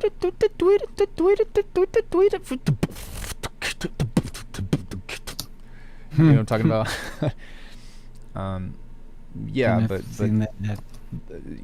actually something that's really cool that I think was a pathway to that was Aiden used to do these videos. I think it's been a long time since you've done them, but on Instagram, anyways, you used to like go and sample these videos off Instagram and then make beats out of them and just like find anything, which led to another thing of making anything out of anything, but we could save that conversation for another day because that's a pretty deep one. But yeah, I used to watch you do that a few times, and you would just like, I think the last one I saw you do is like you sampled that car video from Ohio with these people driving these little cars, and you turned that into a beat. And I think that's actually how you started your Patreon, if I'm not mistaken, right?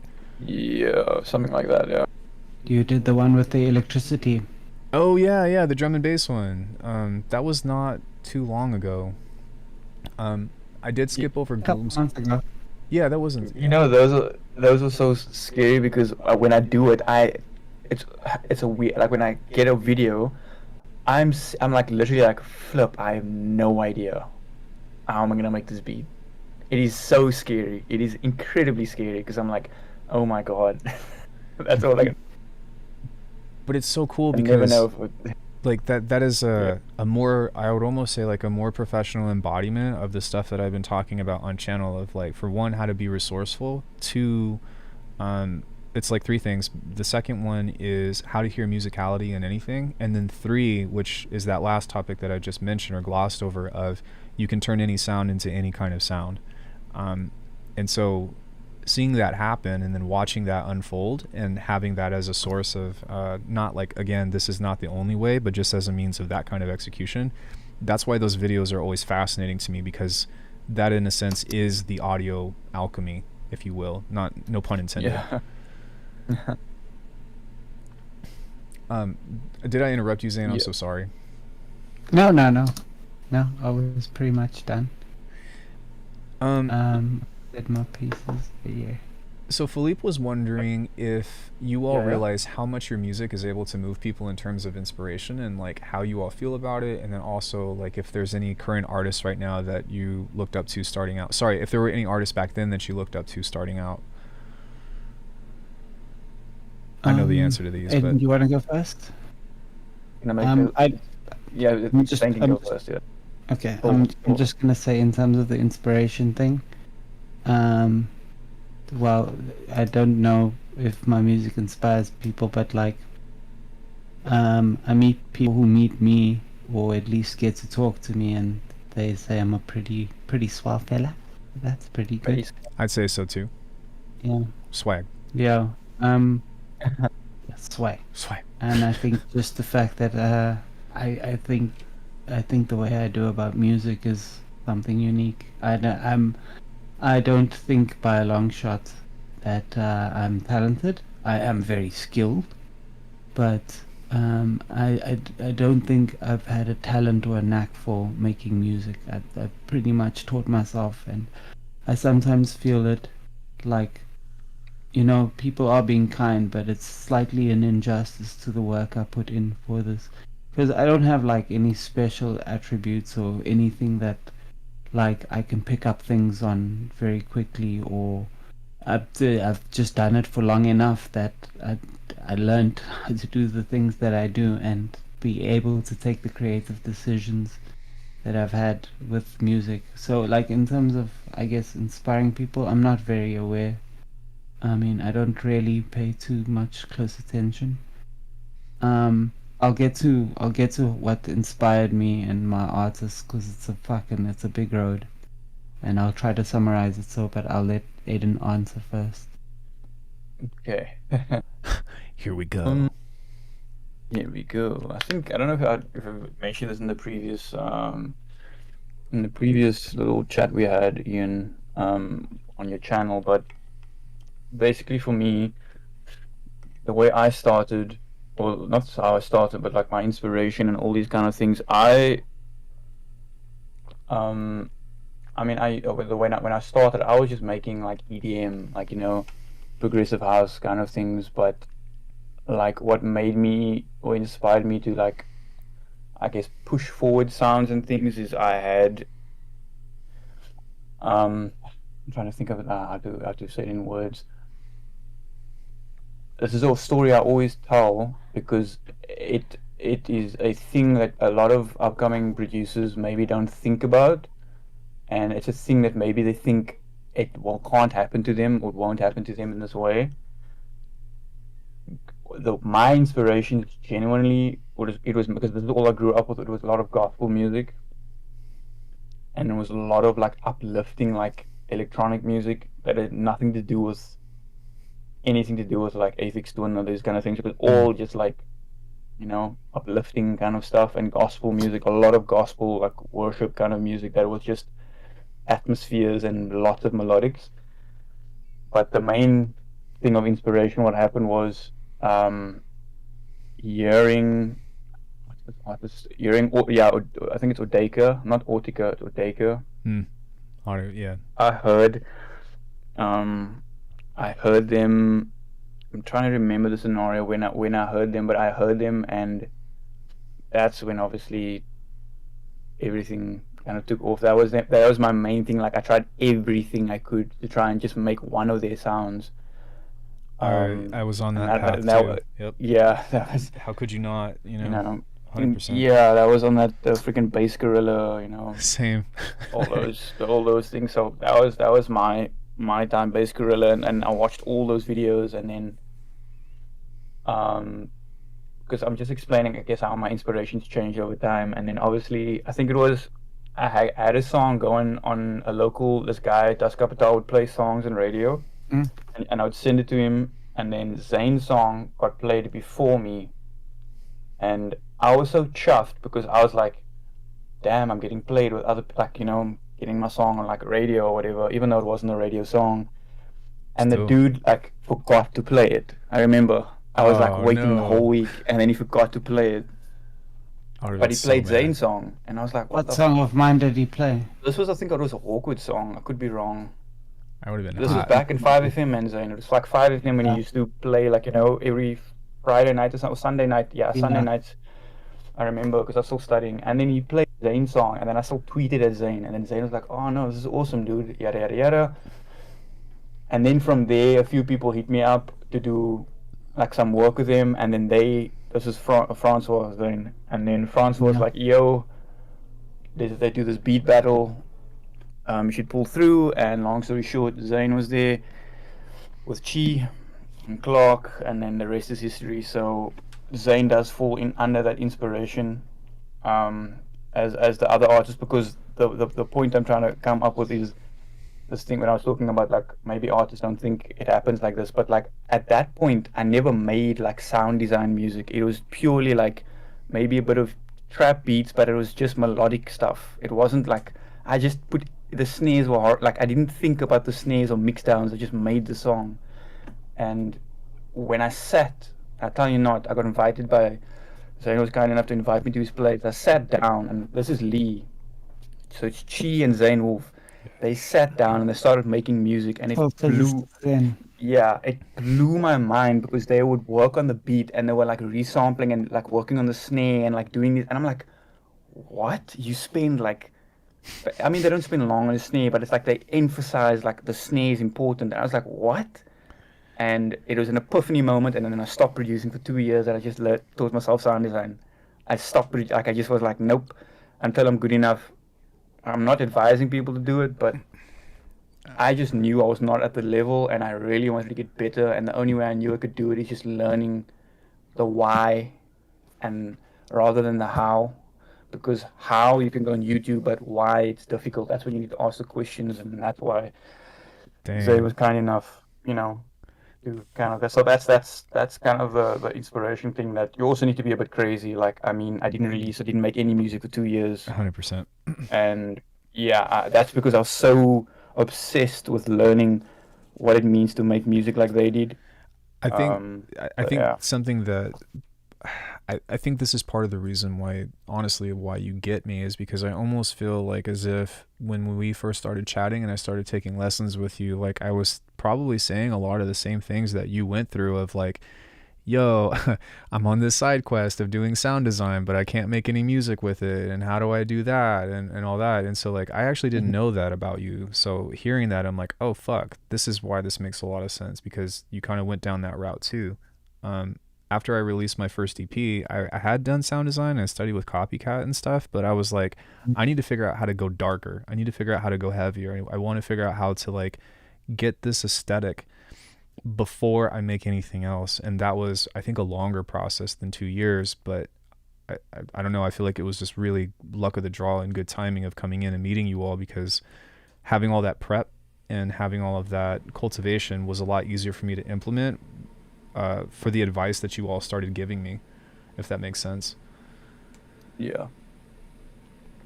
Look, it's kind of funny because I've been watching your phase plant tutorials to learn how to use phase plant, and what I liked is like your ideas weren't about like getting this right sound or getting this thing. It's like the whole idea was that you kind of went through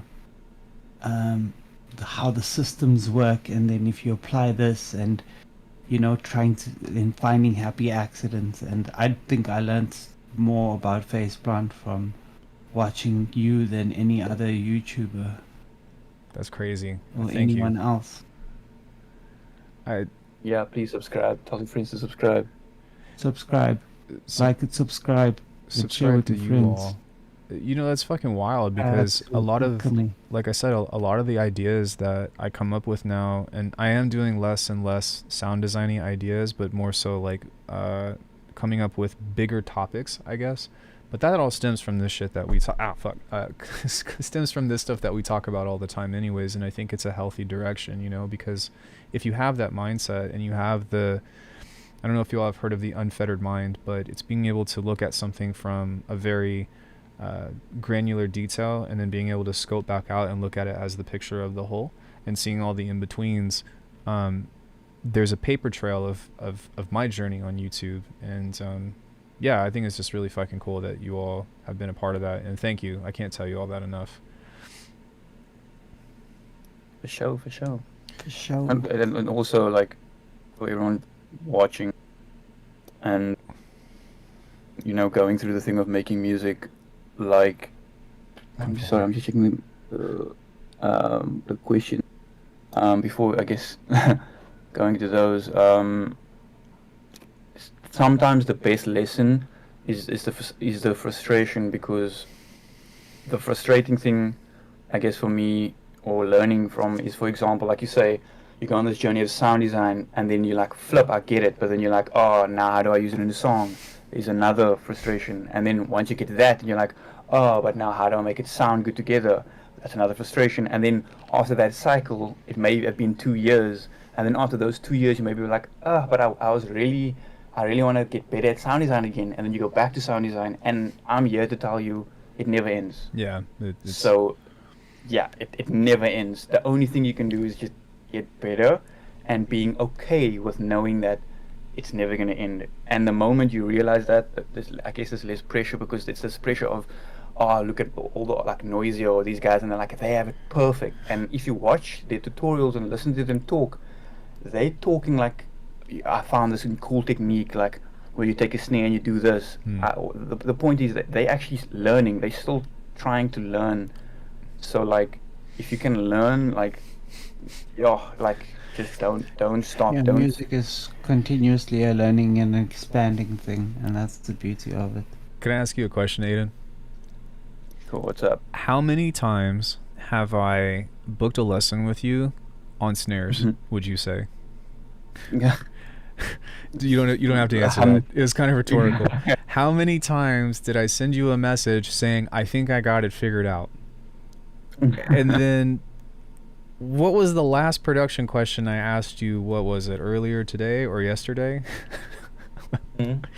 Hey, can we do another lesson on drums? On drums, yeah. But dude, yeah, it's yeah. It does never end. It's a weird one. It never ends. Like, and I'll give again for everyone watching, like, an example, and maybe Zane can also give an example, but I'll talk about the Marak tune, like, Drums. that song. I'll look at it and I'll be like, I'll take what I learned this and this with the drums or whatever, but, like, what we're talking about now, like, oh, I thought when I made the tune, I'm like, oh, this is interesting direction to go into drums, but looking back at it, like, looking back at the production, I'm like, I would never do that. It just doesn't make sense. It's not going to get the output that I would want right now. And that's just humanity. That's just your brain, You're never going to maybe eat the same bowl of cereal twice. Maybe you'll start the other side of the bowl. I don't know. Every time, to kind of go with that, every time I throw a flip that I've been doing for more than 15, 16 years, I do these things called corks, right? Where it's like a one-legged backflip with a twist, and you land on one foot, and then you can, like, swing into another one. I have found 100 different ways and techniques-ish, and I'm not exaggerating because I've tweaked so many things, but every time I throw that cork, it still feels very different. Can I throw a cork? Yes, but every time I do it, it still feels like it's something that is, like, there's always something new about it, and some new awareness that I have that makes me change something, as opposed to being quote unquote, like, locked in. And it can be a blessing, but it can also be a curse of not having any, like, familiarity. But I think that you do a really good job of finding that line about, like, what are your foundations, and I think we talk about this a lot too, of where are your foundations, what are your fundamentals, and how do you use those as a jump off point to go off in those creative directions like you talk about. Yeah. like literally, like, it's gonna maybe sound weird, like, I've sat down, like, in my like, years ago, and I sometimes still do it. I'll sit down and almost map out, like, okay, I like producing, for example, I like making my kicks and snares a certain way, and I like having my drums done this way. How can I improve it? Like, I'll literally sit down and I'll experiment and be like, cool, if I make this rack and I do this and I do that, Same. It'll speed up this work, like, like some weird issue like that. And it's unnatural. It's very unnatural because you don't make music like that. So I'm not saying do that, but, like, like, your brain, like, it's you're trying to help yourself, because when you're writing music, you get this moment and you get this spark, and that it when you're going with it, you are going with it, and after a little while, it's then gone, and then you get quote unquote writer's block or whatever. But yeah, this is why these guys like John Casey or even Skrillex, like they'll write 5 tunes in a day. Right. Or yeah, just, you or know, Saruda, fucking 3 beats. Oh my gosh, those guys are crazy. But yeah, like, and you think like, oh damn, it takes so long to make a song, but like, if you really think about it, like if you really think about it, intro, once you have your main section, your main section, your outro, intro, yep. and your outro, and like, yes, you maybe want to have uniqueness in for each section and yada yada yada, but like once you have the idea, the song is done. It's just a matter of how far you want it to go. And sometimes it's too far, and sometimes it's not. But that's another topic. But well, also you can write a song in 2 hours, like. Yeah. Mhm. I was gonna say too. Also on that note, like one of the coolest, and actually Z, you and I, we've talked about this. Z and I have talked about exactly what you just said, and so it's really cool to see that kind of alignment, But that kind of goes into the next comment that I had of like how fucking cool it is to be able to have somebody to share it with now about being like, how many times do I send you all a message about being like, yo, I found this new rack thing that, oh, I found this new way that I'm doing snares. Oh, hey, how are you processing Superior Drummer? And I would say to anybody out there, it's like, doing things in isolation is very natural, I feel, with this kind of hobby or job or whatever, however you describe making music, but getting yourself into a position to where you have some kind of community that's on the same similar, I guess, esque thing that you can share ideas with. That's part of one of the biggest reasons why I started this channel. Fucking share your ideas with me. I'll go as deep as I can with you. But that has been one of the most inspiring and also one of the most like helpful growth tools, because I get to talk with you about what you're doing, and then like I get to ask you questions about it, and then we both discover something now, and like that's, to me, like that's why I value having you all around so much, aside from you being great people, but just from a production standpoint. Yeah, 100%. Like, the best way of learning is from someone else, because when you learn from yourself, I think of it as like you can't tickle yourself, like, right? It's a stupid concept, but if you try to tickle yourself, Yeah. it's not going to work. But if someone, does it feel better? Like, not better, but like if someone runs their back, like a hand on your back, it'll feel very different to you doing it, because the thing is, where your hand is going. Right. You don't know where the other, it's a weird concept, but like in the same thing with production, someone else's brain works differently to yours, so it tickles certain parts where you never thought, like, you're like, oh wow, that's cool. That's that perspective thing I was talking about earlier, for sure, and also that that conformity, that you can only be so aware of so many things if all you're ever doing is taking your own feedback and insight, and you can be super perceptive for sure, but there is going to be a cap, a limit. On that note, I think that my strongest like hobby or strongest thing that I have in all of my creative expressions is actually martial arts, because with that I had a dedicated teacher that was with me through every step of my progress. And it was only until, a few years ago that he kind of sent me off and was like, all right, you know your shit, do whatever. And even then I still consult him over things, but having that having a cultivator, I think, is the best way to describe that. A mentor, a teacher, or something like that. Somebody that even just a homie, or even just a friend that can give you a little bit of outside input will do so much with helping guide you in a means of like giving you not the answer, but things to think about when you run into those roadblocks. Yeah, 100. I agree. Yeah, you don't need to, but it's important. I think it helps for sure. I mean, some people definitely do all that stuff by themselves. But if you look at the interview that I have with Frequent, even he was like, yeah, I found this. He's got a funny story. He was like, yeah, I found this dude on Craigslist and started going over there and just started taking lessons. And I was like, oh shit, like, whoa, I didn't even know that was a thing. But even he had a teacher for a little while anyways, right? Or, enough to give him something to where it wasn't just him trying to, it's even like I would say it's still a pretty big challenge and ask to just go on YouTube and try to learn it all yourself. Like, even though the information is there, it's still just like, it's not, you don't have a dynamic of aliveness. And I think that's so important. Anything artistic or any kind of skill cultivation is the aliveness of being able to lead things outside of just the answer. I don't know if that makes sense or not, but yeah, because that's how you kind of branch out, and you're able to be like, I never thought about that, or hey, have you tried this? Hey, what about this? Oh, I know why this isn't working. It's because XYZ. And whether you agree with it or not is not the point, but it's being like, I didn't think about that before. So on that note, we have Uncle Zane. Yep. I'm still here. Papa Zane is just kidding. It is pretty late where you all are. I do have, if you're cool, just a couple more things from the chat, and then if you guys can stick around for a couple minutes before I end the stream, that would be awesome.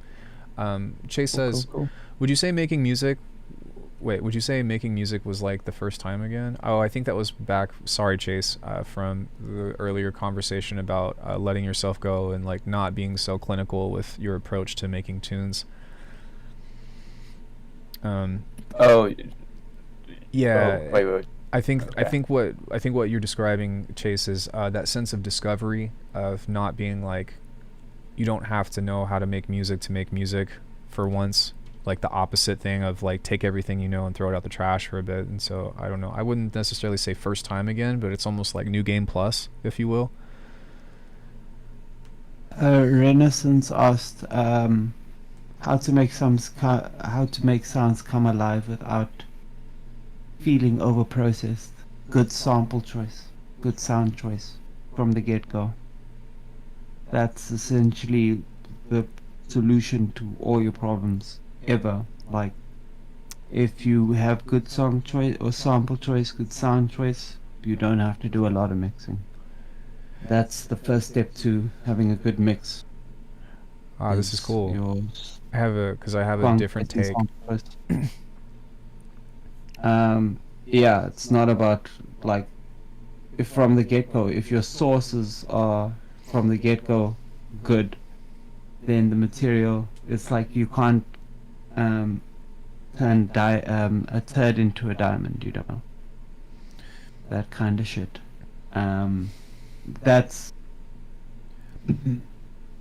That is, I think, a very important thing. The rest is just like, you should not have to spend a lot of effort into making sounds come alive, unless of course you're designing and synthesizing, but that's sound design. But if you're making music and you're trying to make stuff come alive, don't go for the compress at first. Maybe just evaluate the sound at first, and then if the sound is fine but you could make it a little bigger, then maybe some light compression, stereo width.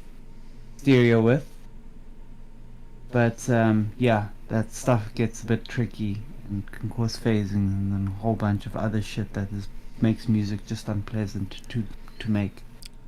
I think so. Yes, I would just go with sample choice being a very important part. I think that's the most efficient way to answer that. From like a just, hey, if your sounds that you're choosing are already really good, then your chances of it being successful are obviously greater, right? And that's why, you know, sample packs exist and stuff, which you should totally go check out Zane and Cage's sample packs. I'll go find them here in a second. But what I was going to also say, and this is something that Nolan and I have said to each other a lot of times, is that the sound is only as good as it's used in context.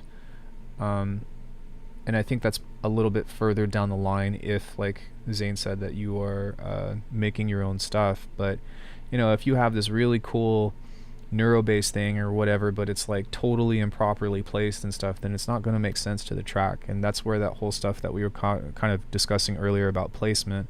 Aiden has this really, really fucking important thing that he told me is, like, he was like, stop, and feel free to correct me, but he was like, stop trying to like ask about like how do I make the sound, and more of why do you want to use this sound here, why do you want that sound, why do you want to place something there. and that's something that I sat on for quite a bit.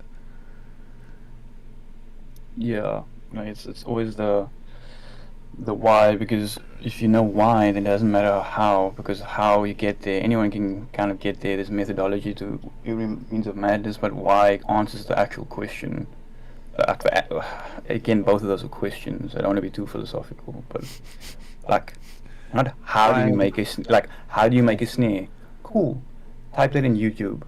Then type in why do we use snares? I'm sure there's going to be less videos on why we use snares compared to how to make a snare.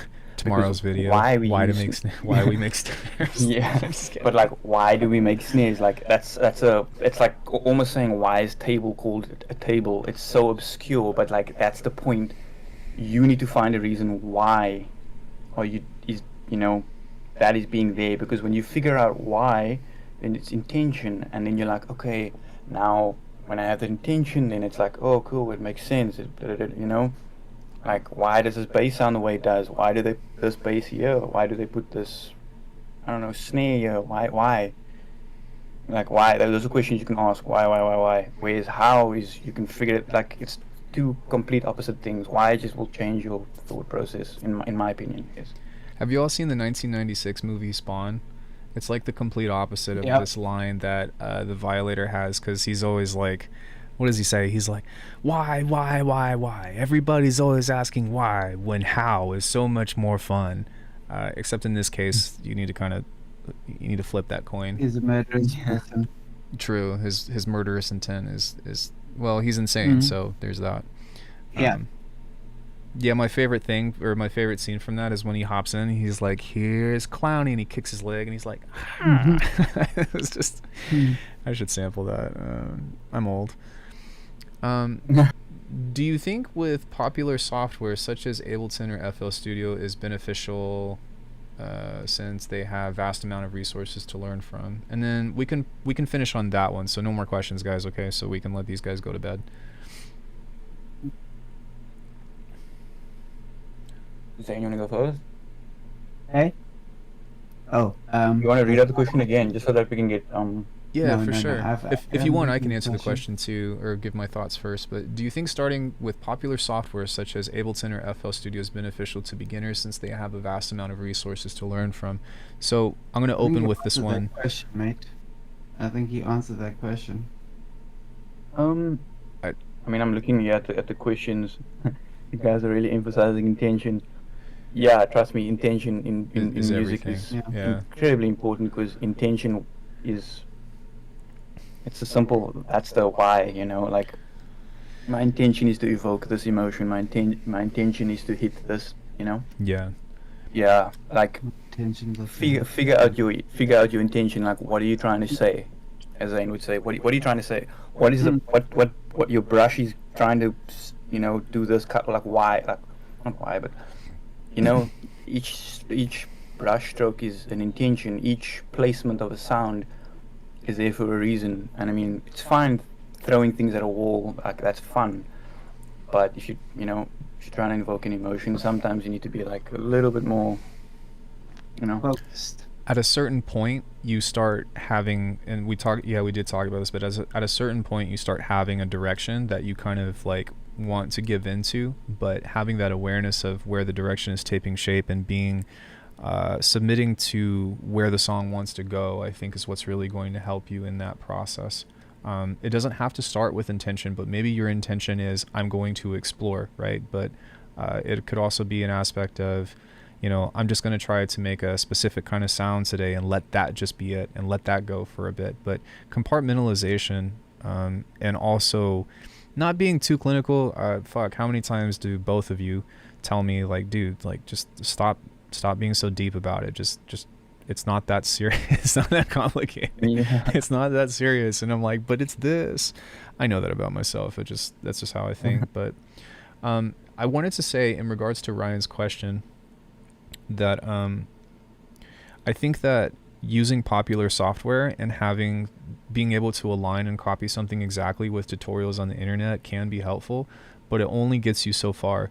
I think that if you are somebody that is trying to learn off the internet, you need to kind of look at these videos for what they are as a concept and look at the ways that you can bridge the gaps in between. And I think that that's a really big trap that a lot of people fall into, of like, oh, this producer uses this, so I got to do that. Oh, this producer is making this specific kind of sound with this plugin, so I got to do that. And it's like, that is the one trap that I'm like, hey, avoid that at all costs. You usually don't see the in-betweens, or you usually can't bridge the gap until you have a deeper understanding of sounds or music production as a whole. I guess I'm just telling you this because you don't know what you don't know, and sometimes you won't know until you don't know. But if I can give you any kind of like personal advice on those means, it's look at the concept of what's happening and look at what you can take from it, as opposed to trying to do what they're doing. You don't come to learn the thing, you come to learn from the thing. And if you have that mindset, then it doesn't matter what software, it doesn't matter what special quote-unquote technique that people utilize, you're going to be able to extract something that is going to be unique to your own experience. I feel like that sounded rehearsed.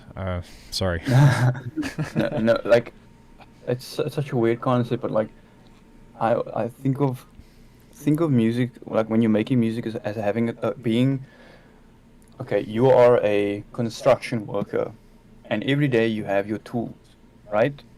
And your tools can be from Ableton, it can be from FL Studio. Granted, not every toolbox has the same tools, but at the end of the day, there is a way to build a house, and not every house looks the same. But the point is, the journey is similar. You are using similar means. There's different brands, there's different tools you can use, but it's all in all the same. Now, I don't want to directly compare those kind of things, but like, yeah, like if you think about it like that, like you're a construction worker and you have your tools. Now, using that analogy, where I find the source, or the nice, or the interesting concept is, if you're a construction worker, how do you get better at making, or at tiling, or like, putting up the foundations of a house? How do you get better? You just do it, because the more you do it, you get experience. And in experience, you'll find ways to get what you need to quicker. You'll work smarter. And if I put it into production, for example, I know the way I like to do my drums.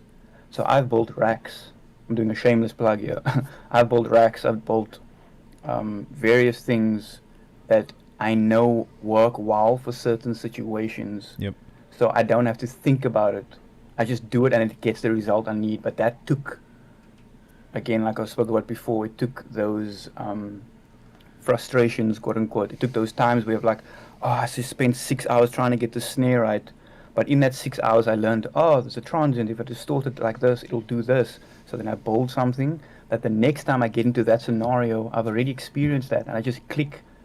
That thing that took me 6 hours took me 6 seconds. Exactly. The skill in making good music, you'll realize experience doesn't mean you'll make a better song per se because you experience. It means you'll probably make it quicker. Yep. It's the fact that someone can make such a good song so quickly, you'll be like, but how the flip? Well, it's because he spent the past 12 years making bullshit beats the same level, yeah, per se, but like it took him forever, and he pushed through the frustration. So like, you really need to be a bit of a crazy person, I would say, like, Yeah, I'd also say don't try to paint with a hammer, and I think that's the foundation stuff that we talk about, of like learning your tools, and like learn to use what you have, but learn to look at something based off of what kind of plugin is a thing, not what does this plugin have that this one doesn't. Oh, this chorus has a high pass on it and this one doesn't. Like, so what? It's a chorus. Don't get caught up in those like tiny little features and trinkets and stuff with certain things. Like, okay, yes, like I love Faceplant, but Faceplant essentially has an entire suite of effects that you can use and that you see me use all the time. It's relatively robust, and the effects themselves are not like super deep with all kinds of crazy interfaces and whatever, but it's useful enough to the point to where you are able to kind of familiarize yourself with said fundamentals, and then it gives you such an easy access point of putting them together in combinations at a very rapid rate. And I think that is one of the most underutilized thing about Faceplant that a lot of people don't understand, especially when learning sound design. But on that note, yeah, it's like use the right tool for the right job and make all the mistakes too. Like, put that fucking reverb on your bass and see what happens. And then, you know what I mean? Realize later down the line that, oh, that's why your song sucks. Like, you got to make those mistakes, otherwise, like, you're never going to have that insight from that. And when it comes into cultivation, I will say too, the best way to learn is to put yourself in an environment to where you can safely make mistakes without dire consequences. And that's the beautiful thing about the DAW is, like, I would just say, hey, maybe put a limiter on your master channel or something while you're exploring and try to work at a relatively low volume. But other than that, it's like, who fucking cares? Do whatever you want.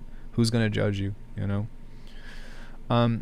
Before we wrap things up, we can just go one at a time. I don't care who wants to go first, but I do want to pull up the best way to support both you, Zane, and you, Aiden, with things that are going on. So please give me all of your advertisements, all of your plugs, anything that I possibly can to get people to know who you are, to get people to listen to your music, and to get people to support you, because you have become an invaluable people both in my life and also a very vital part of this channel. And please come back soon. Will do. Let me send. Oh, this is awesome. I love doing these kind of things. I mean, this is basically our Discord. This is what we do on a. What we do. Yeah, on a. But that's a closed thing. I'm joking. I'm joking. No, it's not a closed thing, but it's Prestige world.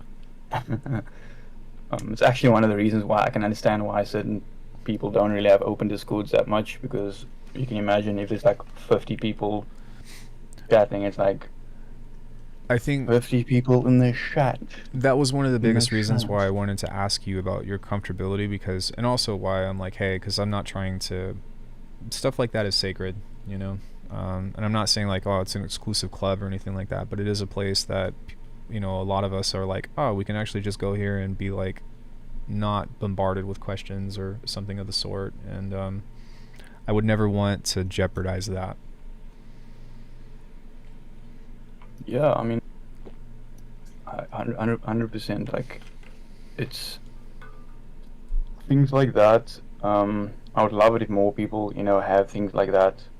Where there's a community where, like, literally every night, if you just want to sit and produce in the background and you have people, it's definitely a thing that I feel blessed. That's why I stream. To be a part of. Right. Yeah. That's why I stream. Like it's yeah, literally, like, being a part of that is, not everyone gets that, so it's definitely a blessing. Yeah, definitely. And I will say to any of my viewers, while you guys are pulling your socials up and stuff, like, go hop in, like, our, you know, for one, actually Saturate is relatively public. We're not always there. Yeah, it is public. Yeah, but that's a place that a lot of people could go and hang out at. You can always hang out in my Discord. Mr. Bill's Discord is always popping. Belane's Discord is always has somebody in there. There's a lot of places for you to kind of congregate and just be like, yo, who's online, and, you know, make friends and do all that, because that's how I met these people. Okay, who wants to go first? Let's get these plugs in. Aiden, I don't really have much plugs. I mean, I make audio box. I make samples for audio box. Our plugin BPack is doing pretty well, so I'm making a second one now. Can you link me to that? Let me just quickly pull it up. Yeah. You can also sorry, I'm just getting onto the internet. Yeah. Let me brag about you for a sec, okay? Let me just brag about you. We also have a new splice pack that's out from Saturated Samples. It's one with skew. Send me that too. I'm gonna put all of these in the description. Ooh, there we go. Hey, baby. Yes, I'm almost done, okay? Yeah, I'm wrapping up soon. I know. I got a lesson at 8, but I wanted to hang out with you for a bit. Hey, Cyrex, what's up, bro? Yeah, I guess no rush, guys, but again, there is a remix contest that you all still have a couple of days left to try to attend to with the Saturate Discord. Aiden is putting out, or he just put out a brand new tune that saturates 100th release, in case if you haven't heard. And to celebrate, I participated in the contest. I pretty much did the rest of the tune yesterday.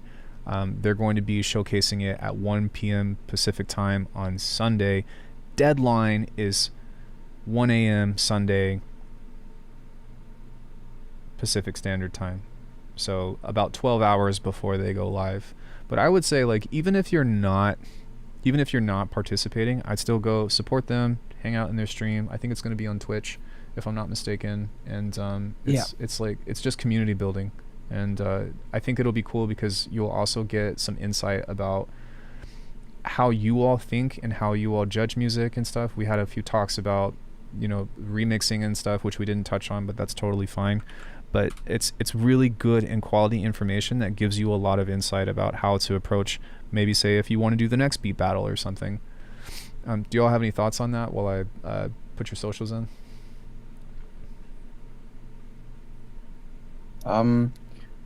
Yeah, I mean, I don't know if Zane has anything else, but I can speak for myself. I have a Patreon. I just put up so I do a video every month, and I put out a bootleg. I'm gonna do more sample packs. I know people ask for that. I just found that for the work I put in, I don't like to just make random samples, but yeah, I'm gonna be doing that more. I push myself to do that. But I do a bootleg a month, so that I don't put out anywhere else. It's only on Patreon, and I do a video. It's usually about an hour long, where I put it down or it's a concept. So like last month I've done, I guess, a creative means of like writing your music, like how I approach it creatively. I've done breakdowns of my bigger tunes, and then this month I'm going to do, I think I kind of plugged it, I'm going to be doing like my workflow in terms of how I use racks and how I use that to kind of that thing of where instead of me taking 6 hours to like figure out, I'm going to place my drums like this or whatever, I use these to speed up my workflow and focus more on the creative side, so that kind of when you get out of that flow state and you get back to the project, it's closer to the finished product than what it would have been if you were doing everything from scratch. So it's like I speak a lot on that. So yeah, and I have the remix competition, and I have the Marak tune that came out. I'm also probably going to put out the push bootleg for the Skrillex tune, but everyone has put out a bootleg, so I don't even know if I want to do it anymore, because I just did it to play it at a gig. You should. Why not? What do you have to lose? Well, assuming you have the time. I guess time is a valuable thing. Also, Zane, please, as soon as you decide what to do with those tunes that we played earlier, put them out. I was just going to do a couple of things quickly. I have a couple of your packs, and this is just the kind of quality that you can expect from both of them. Zane's the real Pac-Man. You should get him a Pac-Man shirt. So good. Some stuff from Zane. Zane has dude, you have way more sample packs than you lead on to believe, but look how much stuff he sent me them, but look how much stuff he's got. I don't have any of his brand new stuff offhand, but he's got everything from drums to different kind of horn. Like, he spends so much time making music that he puts into actual sample packs, that it's very wide with how much stuff you have, which is super cool. So if you type in Zane Wolf on Google, aside from these recent packs that he's put out, on Splice. Or on Splice, yeah. Sorry, and then also Audiobox, of course, Zane Wolf stuff. There's so much out there, and it's all really good things. And thank you so much for sending me your packs. I appreciate it. Thank you. On that note, guys, please hang out for just a couple of minutes. I'll try not to take too much more of your time, but thank you so much for coming and joining me. You guys are always, always, always welcome to come kick it with me on the channel. It's always it's always a gift. I think that's the best thing that I can say. Sick. To everybody else, I'm always keen. I'm always keen. Always keen. Yeah. When I can. Thank you. Yeah. I mean, shit. I'll take whatever. Come anytime. So if you're like, yo, let's kick it and let's talk about some bullshit, you guys are always, always, always welcome. On that note, to all my viewers, thank you so much. Please consider supporting these guys. they've become dear friends of mine, and I want to see their success as my success. So take that into account. With that, I will see you all later, and then we'll hop off, and then I'll wrap up with you two. Bye, everybody. Sick. Bye.